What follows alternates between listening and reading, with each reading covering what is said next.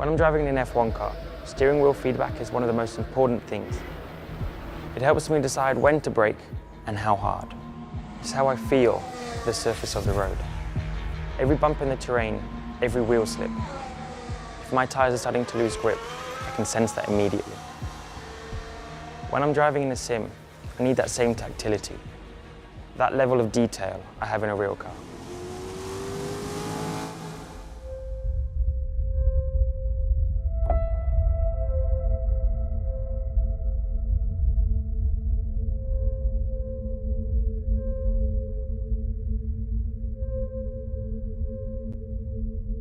Racing games have come a long way in the last 20 years. Nothing's really changed in how we approach force feedback in all that time. Cutting-edge sims are now so realistic, drivers across all disciplines are using them for training. Our main goal when designing True Force was to improve the number of sensations that you actually feel, to put you better in contact with the car that you're driving so that you can improve your performance and that enjoyment of driving on a track. The physical feedback needs to be more immediate or accurate, or a player loses immersion or control. Game developers are still having to recreate their force feedback from a set library of effects instead of deriving it from real-time modelling. True Force is special because it levels the playing field for PC and console gamers. You're now getting the extra level of precision and detail that you need, regardless of which platform is your choice. This is not just iteration, it's total evolution. True Force force feedback works differently. It hooks directly into the physics engine of the game.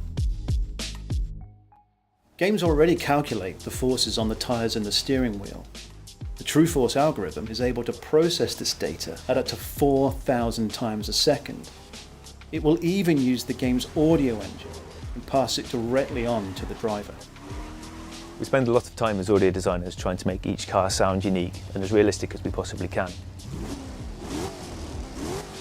Being able to integrate the audio into the force feedback is something that we've wanted to do for a long time, and True Force enables us to do that.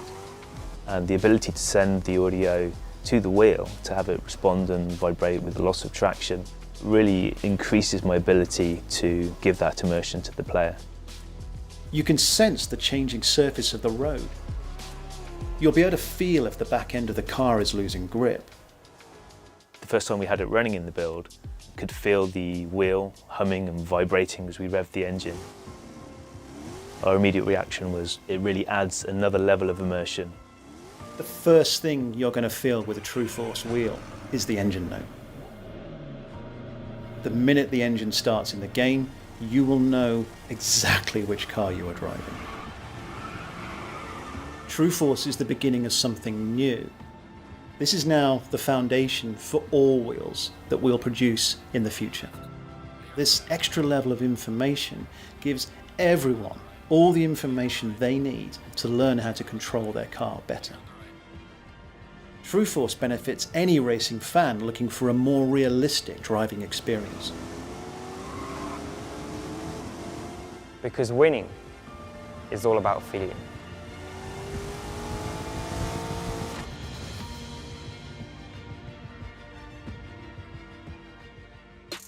It's motorsport, but not as you know it. Test yourself and your everyday road car. Safe, affordable, but most of all, fun. And all you need is your daily driver. Experience the thrill of a sprint day. Race against the clock at a hill climb. Or test your reflexes with an auto test. It takes just 3 simple steps to get started. Get on the start line. Search Motorsport Australia Daily Driver today.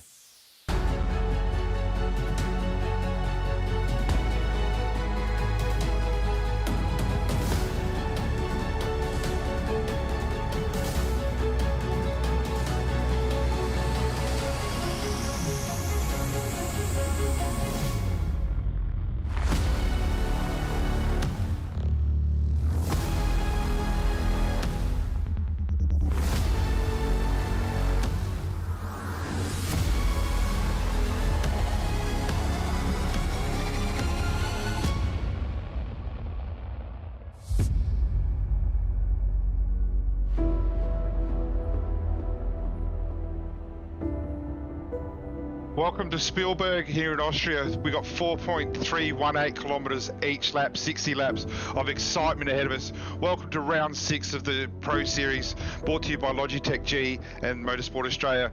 I'm Brenton O'Brien. With me in the comment block tonight, Steve and Sandman Clark. Steve, welcome along. It's going to be a hell of a race tonight. Cheers, Brenton. Welcome to the commentary box, mate.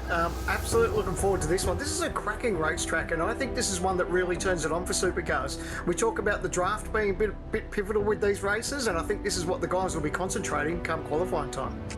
Absolutely will, and if you go off the results from last year, this is a race that SSR dominated last year, coming 1, 2, 3, an early safety car, so strategy does come into place. There's 2 pit stops as usual tonight, 2 compulsory stops.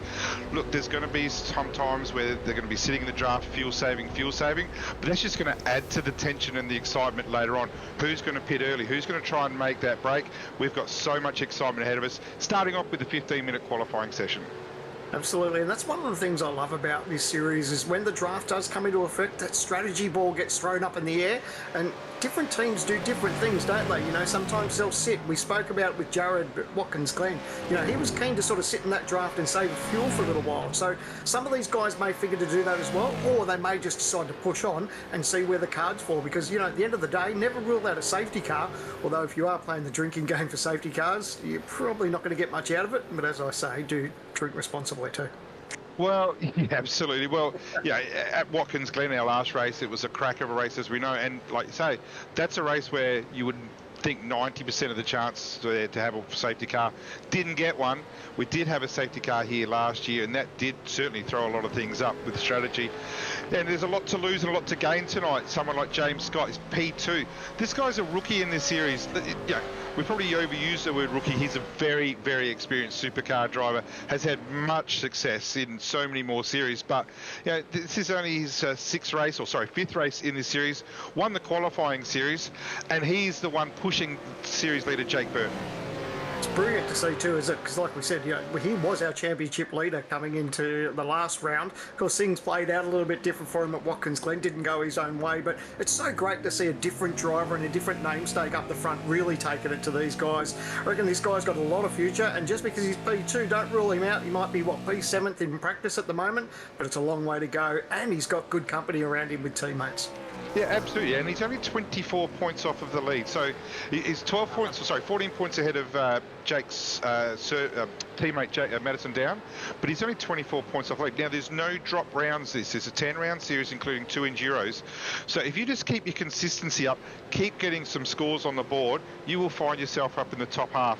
And it's the same with Richard Hampstead. You know, this guy's got so much experience. Had some problems during some of the races, but he's the type of guy, like at the moment, 29th in overall. But he is a guy who will work his way up through consistency, through experience, and get himself ultimately, hopefully, up to that top 20 for next year. Absolutely, and he's another one out of that TTR stable that obviously he's got a lot of experience to fall back on. And as we were talking about Scott, here's his teammate Jared Filsell. He's been in the news a little bit of late, and probably not for all the right reasons. I guess we're expecting our reigning series champion to be as dominant as he was in season 1, but things quite haven't gone his way this season, have they? No, they haven't.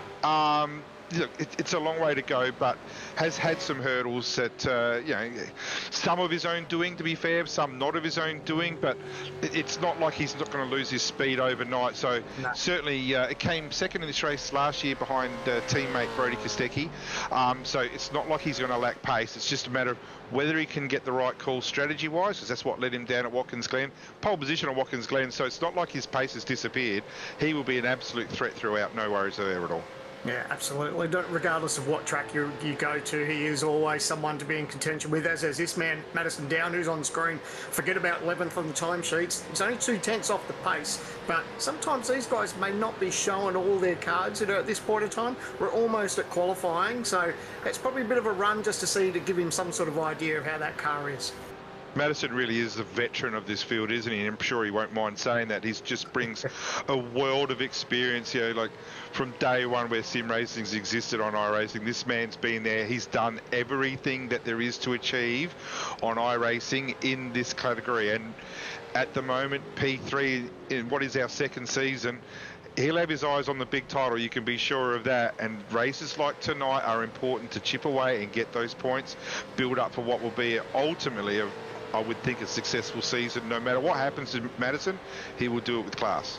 Absolutely. You talk about chipping away, that's exactly what he did last year. You know, it was all, you know, we talked about how he missed the first race with that power failure, but look at him chip back through the championship and then ended up being right at the pointy end come the end of the season. So if there's a man that knows how to chip away, it's definitely him. Well, it was a tale of two worlds, wasn't it? Like last year had that blackout, couldn't compete in round one. Certainly fought back round one this year at Sebring with the race win. And we're about to start 15 minutes of absolute helter-skelter qualifying. Generally what can happen here is that, yeah, they'll wait because this is a very much, it's a lot of influence with draft. Yeah. Whether they want to go slow and get the draft, it's going to minimise the amount of laps and how many chances they do. At the moment, as the cars go out, it's just after 3 o'clock in the afternoon, and the track temp is 41.7 degrees. It's mostly cloudy with a top of 24.9, so 25 degrees. Winds coming from the northwest, only light winds at 6 k's an hour. So yeah, let's just have a look to see what the teams do, whether they split into their own little category, whether TTR, SSR, ERT, 9 and 5, whether they start splitting up with the bigger teams, or whether they all just start sticking to each other. They don't have a lot of time. Last race at Watkins, if you remember, Jared Filsell just bolted by himself, and I actually think that was a really good strategy. Get some clear air, get some laps in, and ultimately it worked, got pole position. Absolutely. I'm huge on putting a banker down because you don't know how the session's going to play out. Of course, things we saw at Phillip Island where, you know, sometimes these guys that are out front putting down a lap, they were coming across this sort of lap traffic that we see. You know, these guys are still trundling around and there's guys that are probably close to starting their lap. So that's one thing they've got to be mindful. Hopefully their teams play a big role in that and give them plenty of notification to let them know where these cars on the track. Thankfully, where they are at the moment, it doesn't look like anyone will trip over anyone at this stage.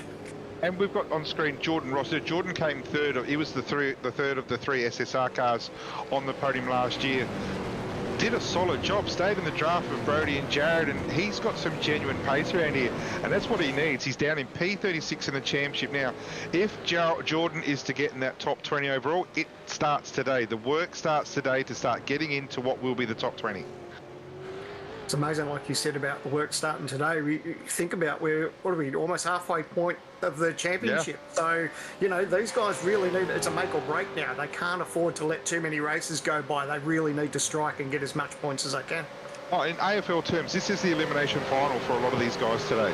If you're anywhere down from P30 down, this is your elimination final. If you win, you work hard next round, you work hard next round. Every race is the elimination final. Some of the guys from P30 onwards, the guy on our screen at the moment, Jared Filsell, P33. Wow. Yeah, exactly. No one would have picked Jared to be P33 after this many races, but if anyone's going to get the top 20, it will be him.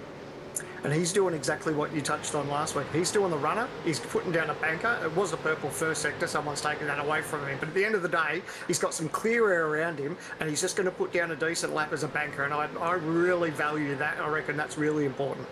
Yeah, already we're down to 12 minutes to go. So we've already thrown 3 minutes of a 15-minute qualifying session away. We still don't have a time in. Jared's got a cleared air. You know, so long as he doesn't have any off tracks, There's a lot of off tracks here, turn 1 especially. If you go wide at the exit of turn 1, you're throwing time away. And same with where he is now on the exit of 12. It's been a good lap. Whether that's an off track, if it's Formula 1, you certainly often use your track limits. And he lays down a time, an early time, 1:29.976. So a really, really good banker lap. Yeah, this place is obviously, this was the talking point with track limits and everything in Formula 1, so hopefully that's not the state here. But Scott, you can see, goes to the top of the timesheets with a 29.6, and of course all these will change. You can see already how far fuel cells dropped down. He's now outside of the top 10. Yeah, he is. And one of the most surprising drivers of this season so far, Dylan Rudd, has got his car into 4th. Now, he has excelled all season. Really good job. Led, don't forget, at Watkins Glen, led early. Had a few hurdles as the race went on. P6, Ethan Gregor, 4th in the championship in the ERT car. Got himself on provisional pole. Just the 1/100ths in front of series leader Jake Burton. Yeah, look at these times too. Look at it, we're over the 4-minute mark, and these drivers are all heading back to the pits now to put on a new set of Dunlops. So it's probably in their 15-minute run. They're only going to get 3 chances if they can put it all together. So that's pressure. So after our first run, 1st to 30th is less than a second. Less than 1 second. That's just the quality of what we're seeing here tonight. How tight the race is going to be. Look, sure, the track does give you that little bit with the draft, and it certainly tightens things up. But the last half of the track is actually quite technical. There's some fast corners and certainly some slow corners, and you've got to nail, especially the last 2 turns, turns 8 and 9. If you get that right, sorry, 9 and 10. I guess there's a fake turn 2 here. But if you get the 9 and 10 right, that will set you up for the next lap. And look at the top 5, though. A 10th of a second. Like, how good is that? Like, that just really shows that these guys have really done their homework. The cars are really close, and that's what I love about this. And I guess that's the nature of this racetrack, too. So there's a few guys here who've done their first run already. Jake Maloney, O'Shea, Robbie Gibbs, Andrew Gilliam and Marcelo River. No time put in. So straight away now, the pressure's already building. The other guys have got their banker in. What do you do if you're one of these drivers knowing you've probably only got 2 runs to go? Do you go hard at it? Do you try and waste time and find your position? As we see Michael Taliangic on the track by himself. There's nothing wrong with this so long as you don't get caught up with slower traffic, which is always a chance. But, you know, for those guys who don't have a time in at the moment, what's your thoughts there? Do you push hard, or do you try and be a bit conservative, just get your runs on the board and get yourself on the grid? For me, not that I'm much of a driver, but what I used to do is just worry again about that banker. So if I make a mistake, I for sure don't want to make a mistake in the second run, because you know you've only possibly got 3 chances. So it's all about making that second one count, even if you have to give up a little bit of time, just to make sure that you get a banker, because the last thing you want to do is start dead last in this field. Yeah, no, you're exactly right. If you're going to start dead last on any track, this is probably not a bad one. There are opportunities to pass here, and there are fairly large, wide pit windows that can get you back in. Look, I don't think from last you're going to end up challenging for the win, absolutely not, but you've still got a chance to work your way up. Like if you're at a track like Winton or something that's a bit tighter, you've certainly got your work to do, but there are passing opportunities here. And like the safety car, if there is one, there's no guarantees there will be one, but that certainly play your way back in. But yeah, look, you know, there's some quality there. Look, Maloney, O'Shea, Gibbs, Gilliam, and Rivera. There's a couple of guys who have been on pole position, or certainly on the front row, in over the last season and a half, that are going to avoid. The pressure's on, and at the moment they're going slow. Does the anxiety kick in? Going, come on, boys, we need to go faster. They've got it all to play for in the next 7 minutes. Absolutely. And these drivers are mindful too of their preparation to start their lap, who they're around, who they don't want to be around, whether they want to, nearly a little bit of nose contact. You don't want that. That was Rehan, as it nearly went up the back, and of course you don't want nose damage, especially around here. No, absolutely not. Any aero damage is just going to, absolutely cripple you. But Rehan's shown of late, like it's a lot of pressure here, and we all know his age. We know he's young. There's a little bit of pressure here, and it's just building on him. He's made a few little mistakes. As time goes on, as experience comes in, he's going to be a superstar. We all know that. But just the little things that affect your race, the little things that affect your qualifying, it's just starting to sneak in. Yep, and I hope that he just learns from it. No one's perfect. Everyone's going to make mistakes. But like you said, I definitely rate him, and I think he will be a star in the future. So as long as people, learn from their mistakes, I reckon that's one of the biggest keys, and I think he'll be able to do that for sure. We know he's got great family support. His dad's probably right behind him right now, giving him encouragement. Yeah, and also the team he's with Mike and Andrew and Job. I'm sure they're all giving him advice, helping him out what to do. And one thing we do know about Rihan, he's actually a good listener. He will listen to good advice. And there's a bit of drama here. I'm just looking. Who's that? Brad Ratu. Yeah, Luke, that's a tricky part too, because you're on the anchors trying to pull the car up, and it's easy to get the car unbalanced a little bit. Oh, some other car off. That's Tom Freya. So he's gone wide. He might have been trying to get out of the way, might have made a little mistake, and probably just thought the safest bet was to get out everyone's way. Yeah, the track temps dropped to 40 degrees, so expect some time. I know it's only 1.7 degree track difference, but expect that little change in temperature. The times will come down slightly.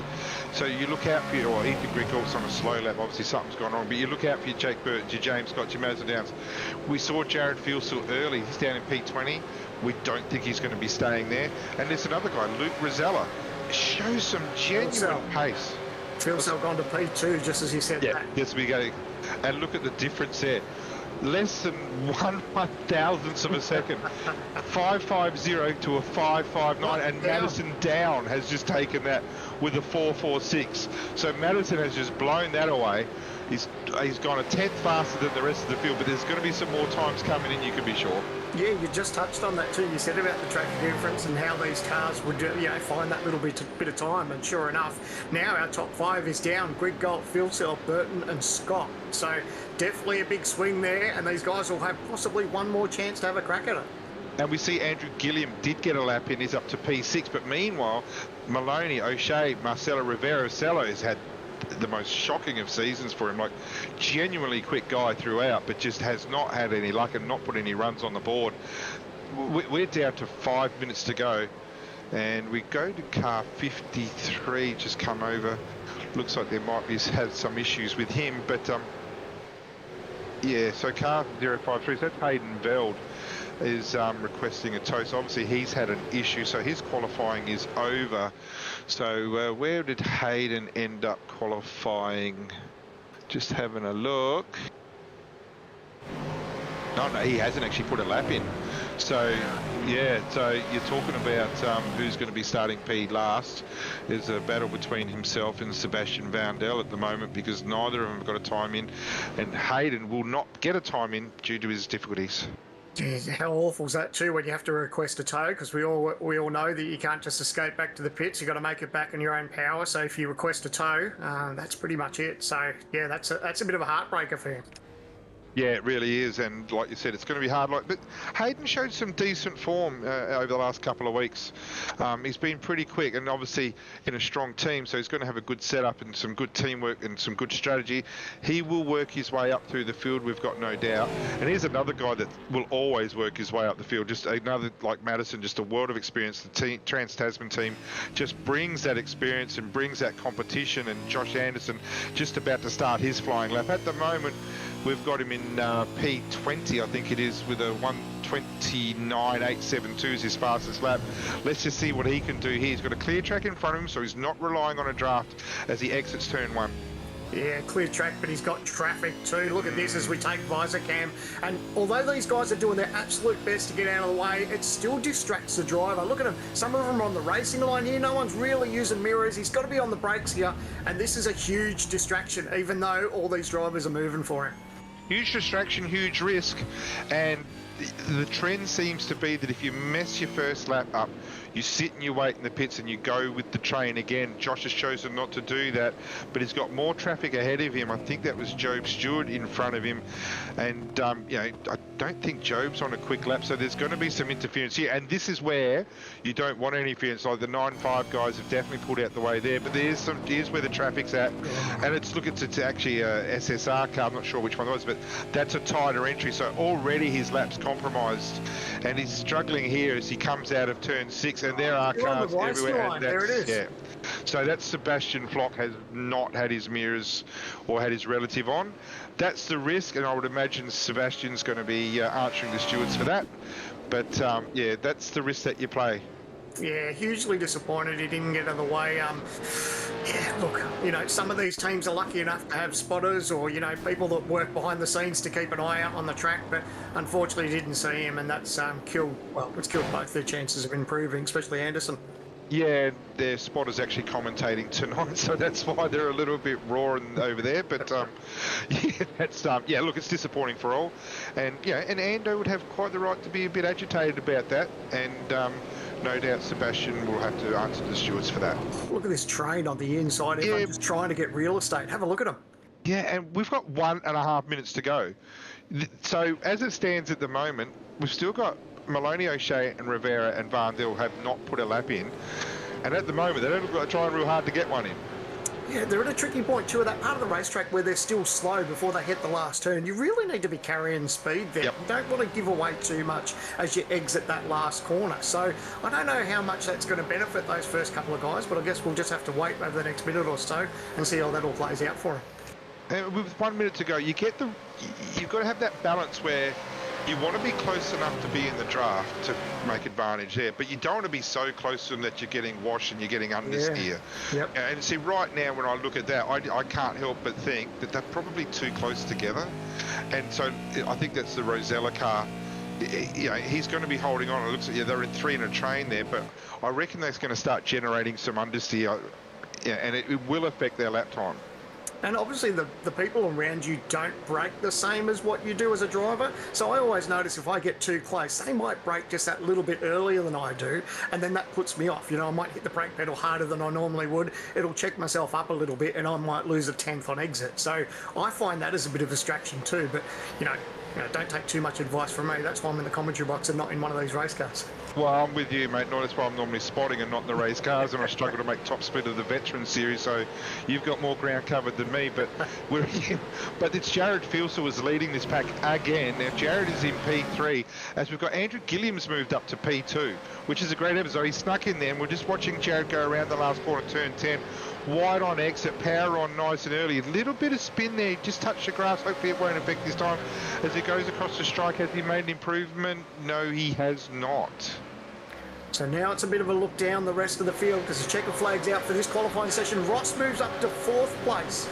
Only a 10th, just over a 10th on Down, so Down is still holding up. Rudd now gone into P2. Scott's grabbed provisional pole so far, a 129.368.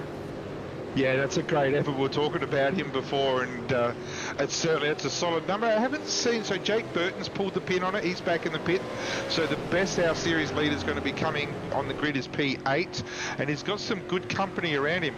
Dylan Rudd again has shone for that team. I know James Scott's got pole position, and congratulations to him, but Dylan Rudd just keeps putting in. Andrew Gilliam. So we have got 5 different teams represented on the 5 front grid spots. That is exactly what we're after. That is outstanding. And then you've got Jordan Ross out qualifying Jared Fieldsell.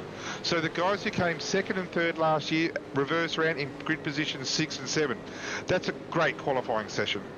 Yeah, hats off to all the drivers. You know, obviously we saw one little mishap there with some lap traffic, but all these guys punching out of time, like really good, nice and close, and that's exactly how we like it.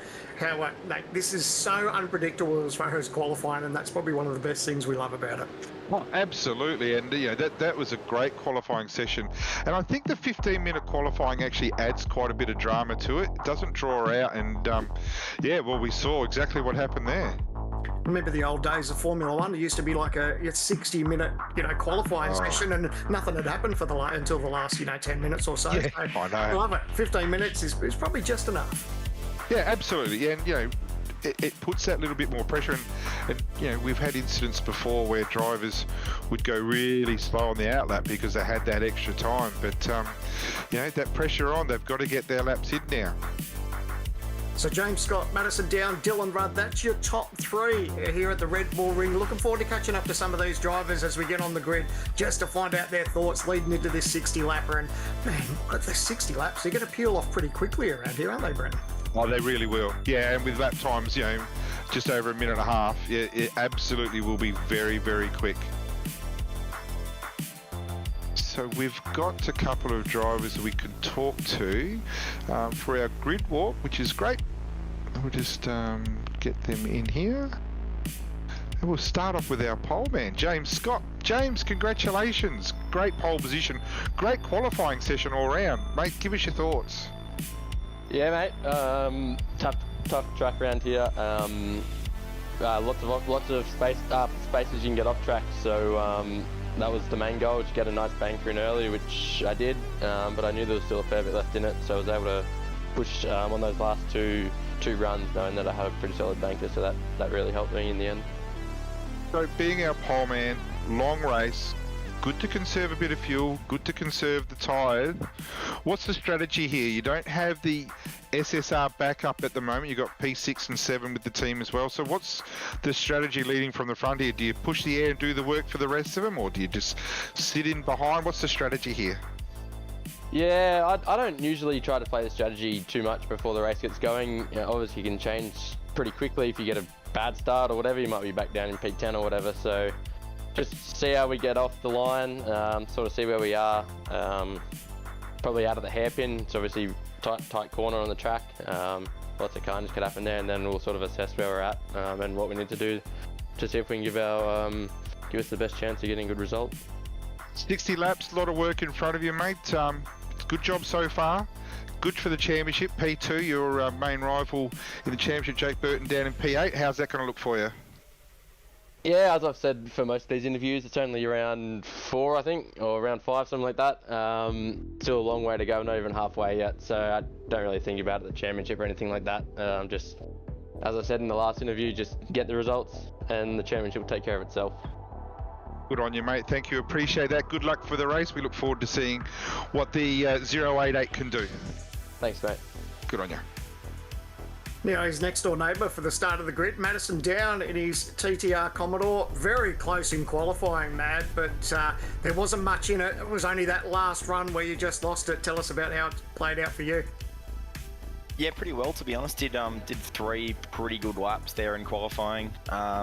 Getting that banker done early was really good in the first lap, putting it P4, and then, you know, but basically I did 3 best laps of the week in qualifying, so couldn't really ask too much more there in terms of executing when it mattered. Typically not been a track I've qualified well at around here at Red Bull Ring, so to be on the front row actually comes as a shock. We've been struggling to pace a fair bit, so don't know how the race is going to play out. I mean, the aim is to just keep it fun and have a good time out there, but obviously with the intention of winning as well. I was going to say, it's the best time to put those laps in. If you do that in qualifying, that's the perfect time to do it. You look a little bit further down the back, it's P8 for Jake Burton, the next of your TTR teammates. Is that a bit of a concern? Are you looking for a teammate? Oh, absolutely. I mean, this is really a big draft track around here at Red Bull Ring, so it would be nice to have some friends at the front of the field. Hopefully those guys will get up towards the front here. As I said, we've probably struggled a little bit for pace this week as a team, so I'm hoping it comes to us in the race a little bit. But yeah, no doubt they'll be up the front come the end and we'll have a good run. But then to keep the nose clean early while I don't have those friends with me and just focus on the last stint. And before I let you go, strategy, I guess you don't want to tell us too much, but have you got some sort of idea of how do you think this race will play out? Obviously you've got to be ready for safety cars and all sorts of things that could change for you.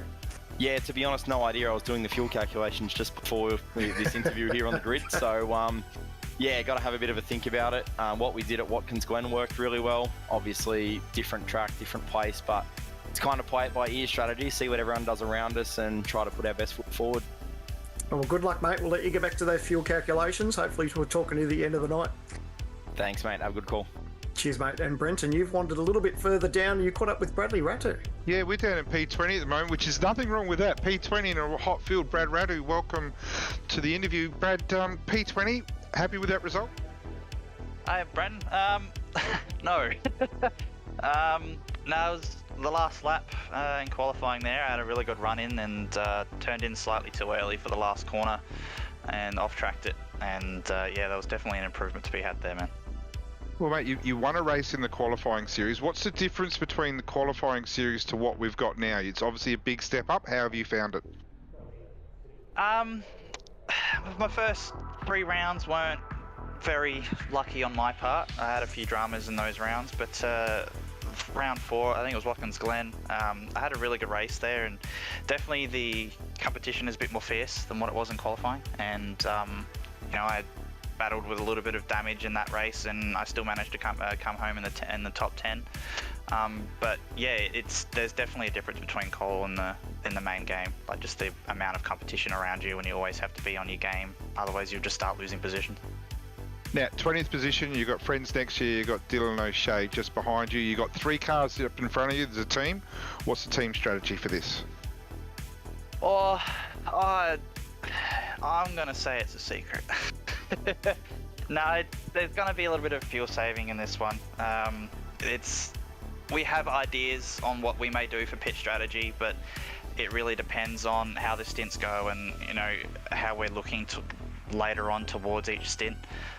So we have an idea, we have a game plan, but at the ultimate choice is going to be determined on what's happening at the time, on what's going to be better at the situation. Well, I'd say over the next 60 laps, we're going to find out what that secret is. Brad, thanks for joining us. Good luck for the race, mate. Hopefully you find your work your way up the field. Thank you very much. We're over to Sandman.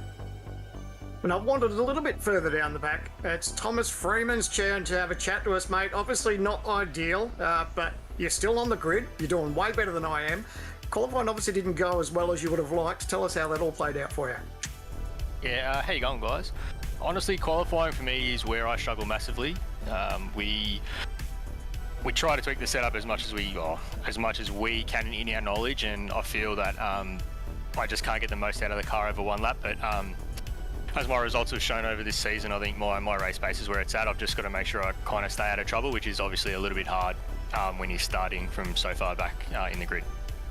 I guess the good thing about that, there's 60 laps for you to sort of work your way through the field, and we were talking about throughout the broadcast already, the unknown of possibly a safety car, that could work in your favour. So, you know, as far back as you are, you don't rule out a decent result, and as you said, you're doing quite well to charge your way through the field. Yeah, I mean, always a safety car is, I think, especially with how feisty it is up the front, with the top teams, I think it's always feisty, always that chance for a safety car, and I think it was a little bit feisty in practice, I think, before, so we'll see what happens. It could be a safety car and get that first stop out of the way early and then truck along from there. So aggressive at the start, or are you just going to let the first couple of laps play out and just take your time? Yeah, I think being this far back, I think that's probably the safest option as well, and just try to keep the car undamaged, and we'll see how it goes. You know, if someone's faster and, you know, hassling you, you know, for a whole lap, you know, it's probably the smartest thing to do. Like you said as well, 60 laps, like anything can happen. So we'll see how we go, keep it safe, and that's right. We'll have a fair dip. All right, all the best. We'll let you get ready for the start. Have a good race, mate. Hopefully we're talking to you at the end of the night. Yeah, cheers. Thanks, guys. There you go, Brenton. The field is set. Red Bull Ring. I don't think it's going to disappoint tonight. It's a really good racetrack for these cars, and I think they've always put on a good show. So really looking forward to seeing how it all plays out. Geez, I'm looking forward to this. I really am. Like, I didn't want to. Straight up, I'm a nervous commentator. It's not what I normally do. I've stepped in, but right now everything's settling in. We're on the grid. It's not my heartbeat racing anymore. There's 41 cars out there, or 42 cars out there. Their heart rates are racing because this start is going to be epic. It's going to be tight into turn 1, and then how do they go to turn 2? We've got 30 seconds till race start. Hopefully everyone's turned their engines on. It's always the first thing I tell my guys when I'm spotting for them. Just turn your engines on. It's pretty basic stuff, but the amount of people that just forget to do it, put it in gear. It's basic stuff. The amount of people that forget to do it, it's just going to be a great race. Yeah, nerves are building and everyone's ready for this one, no doubt. Everyone will be very cautious about that turn 1, and I'm going to no doubt that it'll be eyes as big as dinner plates as they try and navigate around there, and hopefully there's no nose-to-tail contact. And we remember Dylan Rudd from 3rd place led at lap 1. Let's see if he can do that again. And we're away. Lights are out in green racing. And it's a really solid start. It's pretty even all throughout the grid. Don't see a lot of dramas, a bit of smoke in the back. But as we go into turn 1, it'll be Madison down leading. Andrew Gilliam tight on the inside. Not a lot of push and pressure here. That's fine. It's going to be a long race ahead. Robbie Gibbs has gone off wide, but it looks like it's a pretty clean start. Madison down will have the lead as he enters turn 3. Oh, very good. He hasn't got things all his own way, though. There's still pressure there from Scott. He's going to go around the outside. He's going to think about it. These guys still 2 and 3 wide back there into the braking zone. Very smart heads-up driving. How good is it from this lot? But Scott hasn't given up. He knows he's hanging around the outside. He's actually just nosed in a little bit there. But Gilliam's there with down. What are they going to do? Oh, no way they're going to go 3 wide. They're going to think about it. But Scott's going to hold on now over down.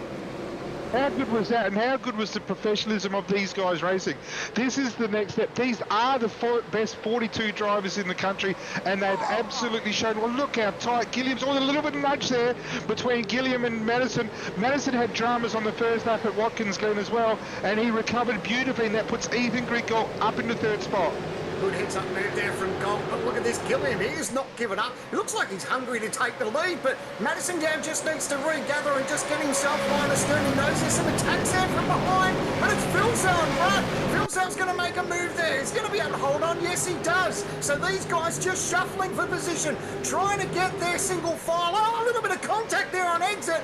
Lucky to hold on. I think that was Stewart. I think if we watch closely, we're going to see the best of Jared Philsell over the next few laps. Started down the grid at P7. He's going to want to work his way up through the field, get to his teammate James Scott, dominate the peloton. They're going to want to take the lead. They want to draft off each other. They're going to use their teamwork. So let's see what Jared can do. As at the moment, we've got Jordan Ross right on the back of season leader Jake Burton. Does Jake take a chance? Does he defend hard? He's got a championship to win. As we've got Madison's gone, no, sorry, James Scott has dropped down to third. And there's a bit of argy-bargy between, is it Ethan and James Scott? And that's all worked out now. Now, Ethan's looking a little bit racy here. He's thinking about sticking the nose up the inside, thinks better of it. He says, you know what? I'm just going to tuck myself in there. It's only lap 2. These guys have still got 58 laps in front of them. But, man, the pressure's on at the front. These guys aren't giving an inch. And, of course, a little bit of that draft played into effect, in which we saw the change from Scott, who's now back to third. Yeah, I've got to ask, what's the hurry in being in the lead here? We know you can save fuel. We know you can catch the car, within reason pretty quickly with the draft. What's the hurry? Let someone else push the air. Let someone else burn the fuel. This is a long, long race. We've still got 58 laps to go. Yeah, some of these drivers do feel like they do get held up a little bit, so they want that clear air. But look at Down. He's now only got Philsell and Stewart between him and his next teammate in Jake Burton. So he said he was keen to look for teammates and when we work together. So that's not too far out of the equation for him, where he sits in 4th at the moment. But Philsell, like you said, he's now tacked on to the end of this little 5-car draft. And what they want to do is start pulling away on Stewart. That's what they'd ideally like to do. Yeah, so Andrew's last lap was a 1:30.453. The field, the top part of the field is covered so tightly with the times, and it's going to maintain that. It just looks like there's a bit of a gap building between Jared and Job Stewart, but Job's going to make so much more distance, going to make those gains under brakes, and won't take long before he's up on the tail of Jared. They're just going to sit, be patient. There's a long way to go. Great to see these onboard cameras, or say in-car cameras for these guys that set up webcams for us back home so we can see them in the thick of it. On board with Blake Warboys, and you can see what's happening in front of him. He's got Anderson and Burke, and they're fighting about it. Anderson's trying to get that move up the inside, and he's thinking inside, outside. No, I'm going to have a look at the inside, trying to keep that nose away from the corner of Burke. Look how close it was. Now he's going to be mindful, because you know Burke was going to move over. He keeps that racing line and just goes line astern.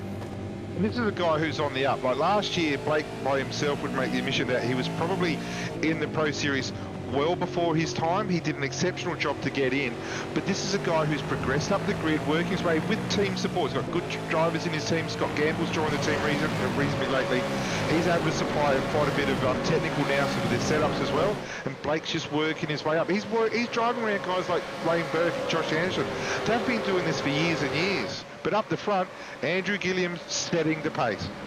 Yeah, I think they're pretty happy with the way that Gilliam's going at the moment. I thought that Grigol might have got aggressive there and maybe wanted to lead, but I think at this stage he's probably quite content there for these guys just to chuck along.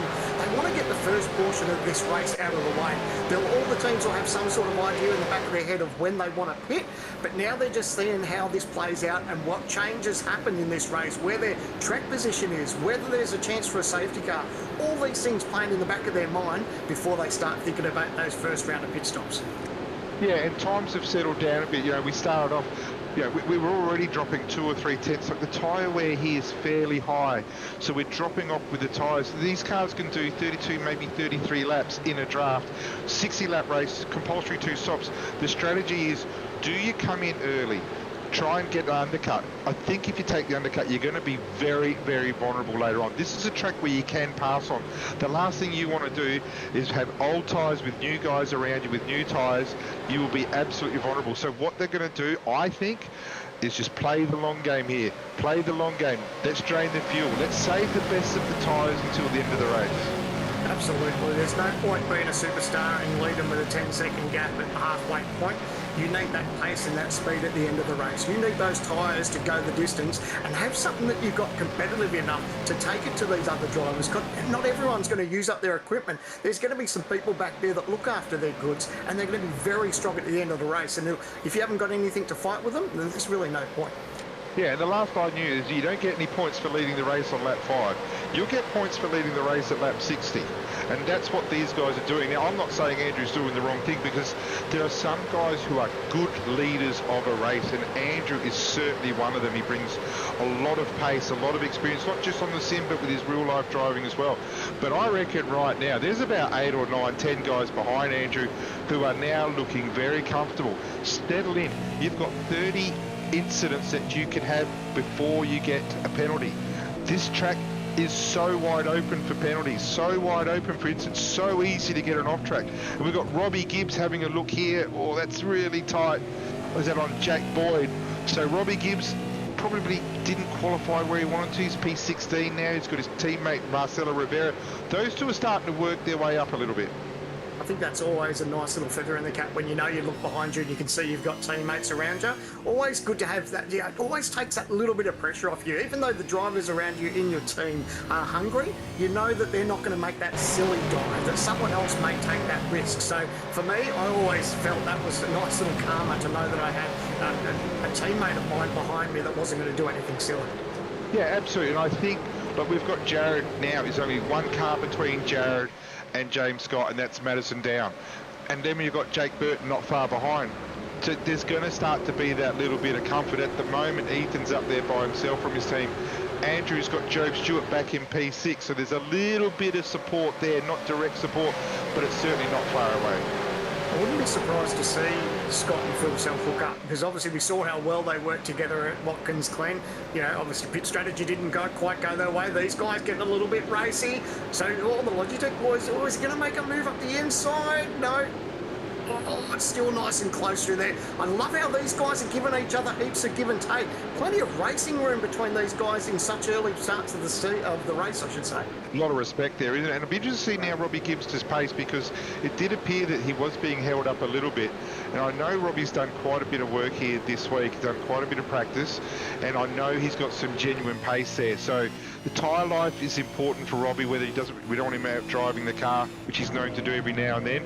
But again, this guy, Robbie was an absolute star in the qualifying series. Like James Scott won the qualifying series, but it was Robbie Gibbs who was pushing Scotty the entire way. And he's starting to build his way back into this series. He's just showing little bits of momentum here and there. And right now, he's got some clear air in front of him. He's got Dylan O'Shea not far up the road. You know, those two will work together. Marcelo will work together. And we've got Brad Ratu, as we spoke to before the race. What's his tactics? He's not going to tell us. Well, we're going to find out, Brad. It's all going to be on TV very soon. He's up to P18. And the respect that him and Jack had between each other while you were talking, that was side by side through most of that infield section. That was really good. Like, I mean, there might have been a little bit of door handle stuff, but nothing aggressive. These guys gave each other plenty of room, and they were racing each other hard. Really good to see. Absolutely, they were. And we look at the lap times, like the best time that we've had so far, a 1:30.4. These guys are already down in the low 1:31s. We've already lost 7-8 tenths a lap. The gaps of the lap time, so for example, Andrew Gilliam at 1:31.126 last lap. We go down to P27, it's a 1:31.4. There's only 3 tenths between that field, between 1 and 26. That's how close the race is, but that's also the influence of the draft. Yeah, for me as a driver, I was always wrapped. If I was in this little draft train and I was in touch with the leaders, I don't know if it happened much, and knowing that everyone's tyre deg was about the same, as long as I was in contact or in touch with the people around me, I never really worried about it too much. But it's when they start pulling away and you can't keep up and they start to pull away and disappear on you, that's when you start to get concerned. Yeah, that's the difference between you and me, Sam, man, because you used to think of that, whereas a wobbler like me, I used to get excited if there was a yellow flag in front of me, because that's generally the only chance chance I'm going to get it past the car. We've got Brady Myers with us. P12 at the moment, probably be disappointed with that. He's got his teammates in front. And if anything, Brady's actually dropping away from Sean McNamara in front. So he's got Rihan behind him, and he's also got Dylan O'Shea. So Brady's just dropping away here. Last lap at 31.5, 2/10 slower than Sean McNamara, who is in that draft. So that 2/10, that's not Sean's setup, that's not Sean's driving, with the greatest respect, Sean. That's the draft, the influence of the draft, and the work now has to be with Brady to get onto the tail. As you mentioned Dylan, he was flashing his lights back there behind Rehan. Looks like he's going to have a bit of a dive up the inside too. Oh, it might have been just code to say, you know what, I've got a little bit of pace, I probably am going to make the move on you. He's got it done, nice and clean, now it's eyes forward. Yeah, and we've got, there's only been 8 laps. We've got 52 laps to go. Rehan is showing some experience there. Let him through. Stay on his tail. O'Shea might be faster. Let O'Shea do the work. Let Myers do the work, and just stay on him. Yeah, I've always been the thought and the mindset of let them cut a hole in the air, and if they're faster than you, maybe learn a thing or two. See what they're doing different to you that you could capitalise and maybe change your driving style to benefit and find some of that speed. And talking about slipping back, it's Kurt Stenberg, so he's got looks like a little bit of contact too, to that right front. So that's obviously not going to be handy. So yeah, it is punching in quite well. Not ideal in the early stages here for Stenny. On a track with a straight line, so important. That damage there is critical, and that's not going to be going away. So Stenny's in for a long night tonight. Didn't see what it was from. We do see that Michael Taliandrix had a very early pit stop. Not sure if that was any relation at all. I do think that they were starting relatively close together, but there doesn't seem any damage on Tally's car. So don't know what that's from, but yeah, Stenny's in for a long night, unfortunately. Yeah, it could have been just a little bit of nose to tail in a braking zone, you know, it couldn't have been, it might not have been anything too huge, but it doesn't take much, as we both know, that, you know, you get that little bit of a touch and it folds that guard in, and then, yeah, it makes it difficult, especially at these drafting tracks. Yeah, absolutely. And Stenny, you know, he's on the bubble. He's P21, and I know we're a long way out from finishing P20 and getting through to next year. But when you're P21, it's probably a lot of what you think about when you're in these races. You're probably thinking, look, I'm not going to win, but their win or their goal might be get through to next season. If you're P21 and you're carrying damage this early, you're making yourself very vulnerable. It's always a worry, isn't it, too, when you start thinking about being on the bubble as such, you know, as the season starts to close out and, you know, things don't seem to go your way, you get a bit of bad luck and you get caught up in other people's incidents, and it's not always down to, you know, the ability or the drive that you have within your team, but you just get caught up in the silliest things, and it really puts the pressure on you when you're at the bubble. And only a couple of laps ago, we're talking about Robbie Gibbs and Marcelo Rivera. Will they pick up the pace? Will they get on the tail of Rehan Liange? They're not far away. They're making some serious gains. They would be in the draft within a lap and a half, 2 laps. They will be on that tail. Do they want to press? Do they want to make passes? Do they want to keep working their way up the grid? Are they happy where they are? Are they happy to save fuel? Happy to save tyres? Are they happy to go long? I don't need to worry about those answers, but the guys behind the wheels, whilst they're thinking about what corner they're doing, that's what they'll be thinking about. And I love that these guys are just working together. They're punching that hole through the air, and they're just eyes forward. They know how this race is starting to play out, very, very early stages, but then just slowly pulling that, look, from that camera shot, you can see the race leader. So they're not out of it. They're just winding those laps off, slowly just working their way closer to closer, and they're still in it with a huge chance. Anything can play out. Absolutely, and that's settling in. And Marcelo Rivera, this is a guy who was on pole position at Spa last year, led a lot of laps. This is a guy who was on the front row at Winton last year, led a lot of laps, has had nothing but misfortune this year. He's got genuine pace. He's not here to win the championship. He's here to prove himself that, hey, I can still do this. And look at the pace at the front. Andrew's just got that little gap. I don't think that's a matter of Andrew going faster. I just think that's a matter of Ethan and the tail behind just managing their pace. Whether Ethan can keep up, I think he can. Might be a little bit biased out and trying to come across as biased, but the draft will draw them back up. James Scott is playing a really intelligent game. Madison down, a really intelligent game. They're just sitting there patient. Jared Filson, we know he's got the pace, really intelligent. These guys are just drawing away, and it's really now probably the top 9, top 10 that are just hanging on that field, and then there's that bit of a gap there. So top 10, then there's that bit of a gap to Brady Myers. I always found about the lap 10 mark of any race, you find yourself, you're comfortable within your car, you've definitely got an understanding of how it's probably going to behave over the next 10 or 15 laps in front of you. So you know what you've got, you start to get yourself into a rhythm, and sometimes you start closing up these gaps without even trying sometimes, just because you find yourself in that rhythm. So these guys will be grateful that they've got those first 10 laps behind them, and 99.99% of the teams that are on the grid haven't had too many dramas. So that's all they've been eyeing off, and that's where they're at, and I think everyone so far would be pretty content. Yeah, and you can see there on the screen with Jake Burton controlling his pace as well, but you can just see behind, with Brady Myers. So Jake's in a really good spot there. So you don't want to be, and I think we talked about this in qualifying, you don't want to be right behind the wing of the car in front. You're going to scrub your tyres. You just want to be about that 0.8 of a second, 1 second behind, where you still can maximise that draft and still keep your tyres in primo position, because the tyres, if they heat up, it takes laps for them to come back.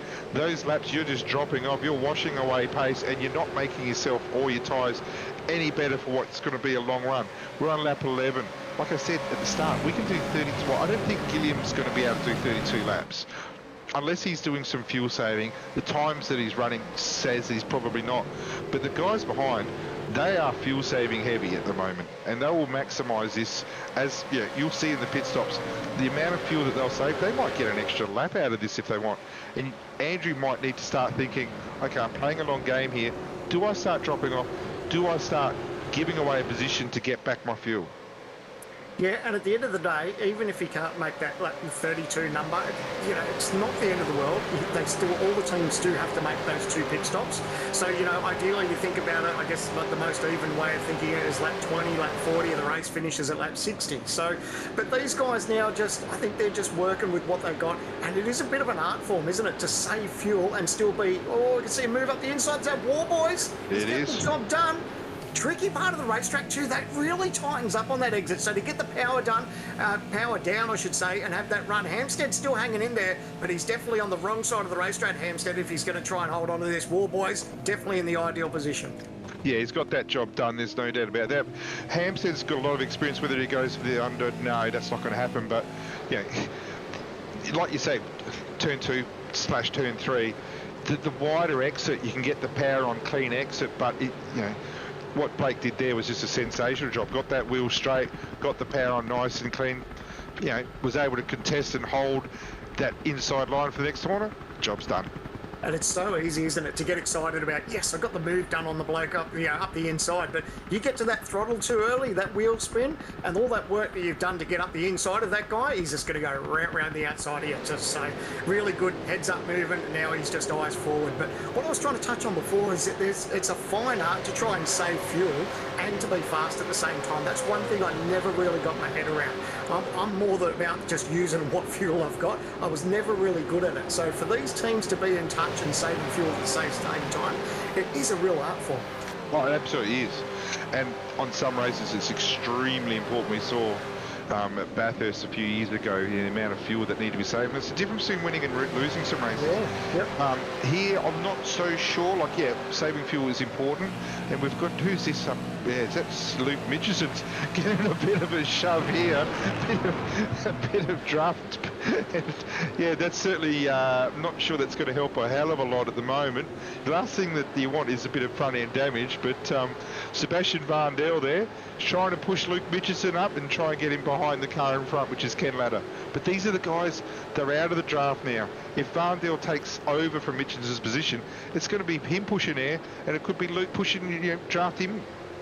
Look, I'm a fan of the old Talladega push like he's got going on there, but the last thing I worry about is crimping up my nose and having that drama. So, he's got to be careful. He did it gentle enough where he didn't cost him any damage, but man, if you do that, that's really going to make things tricky as the night goes on. Yeah, people forget that Luke was actually in this series last year, did a really, really solid job last year, and again, he's doing a solid job again, and, just lacks the absolute hot pace, but over the long race like the Enduros, you'll certainly see him come into place.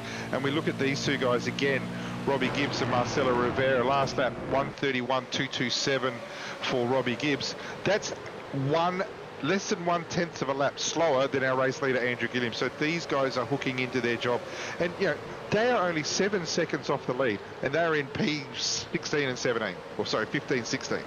Yeah, perfect. If you can, like when we were on board and we can see the leaders, I think if you've still got the leaders in sight, then you're still sort of in it to win it, absolutely. And obviously it's only like 14. So, if you put your team hat on, do you think about how their pace is when they're driving like that? And do you think about possibly switching them around? Because you can see just slowly behind them that rest of the field is starting to catch them up just a tiny bit. Yeah, but not forgetting, like if Marcelo in this case is genuinely faster than Robbie, then yeah, you'd probably think about making the switch. But at the same time, how much fuel is Marcelo going to burn to catch up to them? You know what I mean? They're not far off here. They're 1.3 seconds off of the car in front.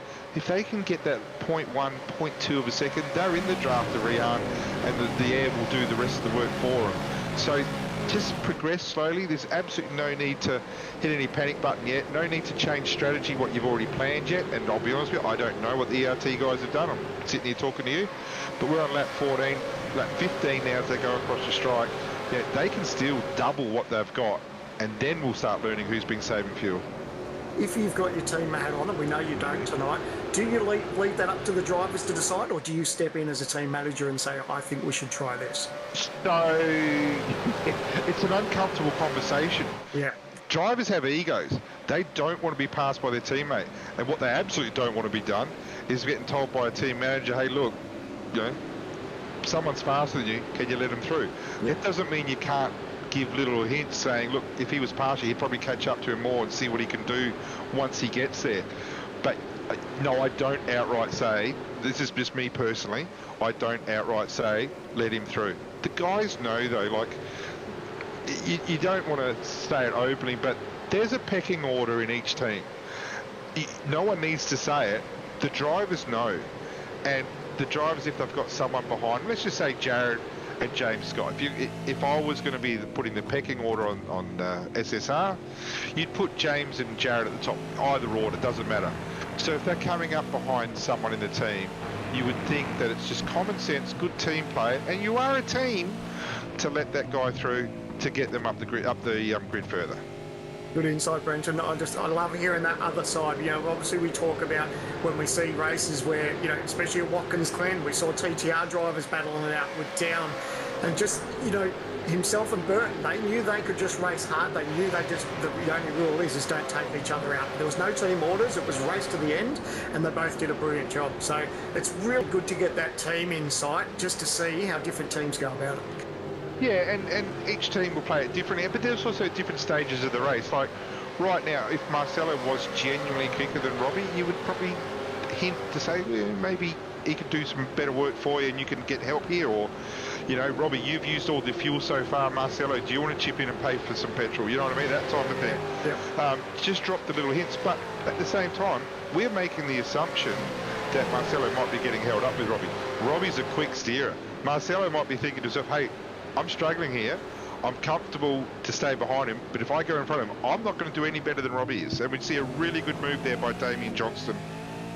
Again, just on the exit there, but Van Nadel, he's going to hold to the inside. So these guys are going to go side by side. He's still going to argue the point, but he's got his work cut out for him on the outside. Oh, contact! Do they need to? Oh, no need for that. Absolutely. He's going to go wide. That was in the braking zone. Looks like it's cost them both.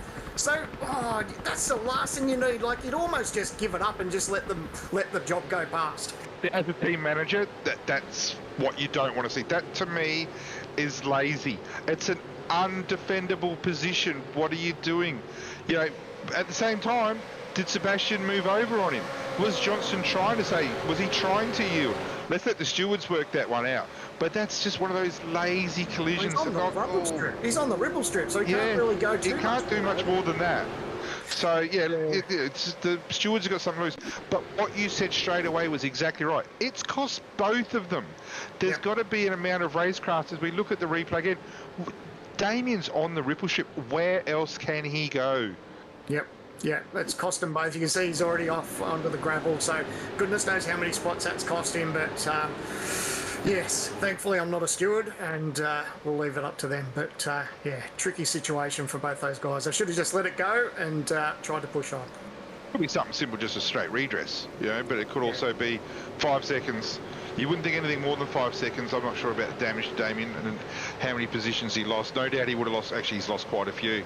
He's down in P40 now, so he's he's last but one, and the one that's behind him, Michael Talling, just had an early pit stop. So yeah, that's absolutely cost him quite a lot. So yeah, there's some work to do there for the stewards. I know it has been reported in. Damien reported in straight away. Okay, we might see our first penalty of the day. Yeah, and look, that's exactly what we were talking about, how these races unfold. That same situation could happen to the guys up the front. You just never know. So that's what you've got to be mindful of as a driver, is that you pick the battles that you can fight, and if it's going to cost you, you know, you're better off just giving up that one spot instead of giving up a whole heap, you know, whether it be, you know, an off-the-track collision, or whether it's a drive-through penalty or a 5-second penalty, whatever the case is. Sometimes you just got to pick your battles. So current E-Series champion, current series leader, Jake Burton. Now, we were talking about him probably 9-10 laps ago, and tell me if anything's changed. He's still about a second, 0.8 of a second to a second behind the car in front, Joe Stewart. He's not burning his tyres. He is maximising the draft. He's showing exceptional racecraft. Don't just be fast, don't just be brave, show good racecraft, and that's what Jake Burton's doing at the moment. And also, if we notice, James Scott's starting to get a bit frisky behind Ethan. There's a little nose stuck in there before. I wouldn't be surprised if James is starting to think, I need to work myself up a little bit, pit stops are coming.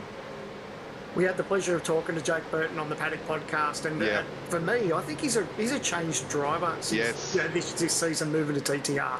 He's got very balanced. He's got, you know, he's always there or thereabouts. Last season, he was either hot or cold. That was it. He only had two choices. Where this season, he's a smart, calculated driver, and don't let me take anything away from him not being a smart driver in the past, but I just think he's got a different mental state of driving, and the way he's going about his racing is really showing, and of course, it's showing in the points at the moment. I 1000% agree with you, and I don't want it to seem unfair to say that he's matured as a driver. We know he was quick, you know what I mean, and we know he had some exceptional races, wins races, qualifies well, but would be prone to a hot-headed mistake. I'm not trying to be bad and say bad, because I've got a lot of respect for the guy. You know what I mean? Has him. Yep. Absolutely. But he's taken that part of his game away, and that's what's put him up. He's the series leader. He's the E-Series champion. You don't have to win every race to be the champion. Keke Rosberg, 1982, that's testimony. He only won one race in the World Championship for Formula 1 that year, but he won the World Championship. Jake's opened up. He's had a win in this series. He doesn't have to win every race. Just get yourself consistent in points, and the rest of it will happen for you. Well, first of our drivers this year to grab 2 wins. So, yeah, he's definitely getting everything done and not letting the little things sweat him. So, really good to see. But now these guys, what are we, lap 19 now? So, it's pit stops that'll be starting to play in the back of their mind, won't it? Because it's sort of between lap 20 and 30 that these guys will start to be thinking about that first stop.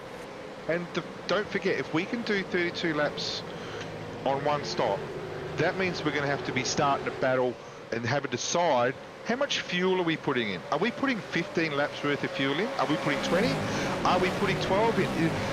Right now, these guys are calculating how much fuel they need to maximise their track position, maximise where they're going to be, not just coming out of the field, but also what speed that they can carry.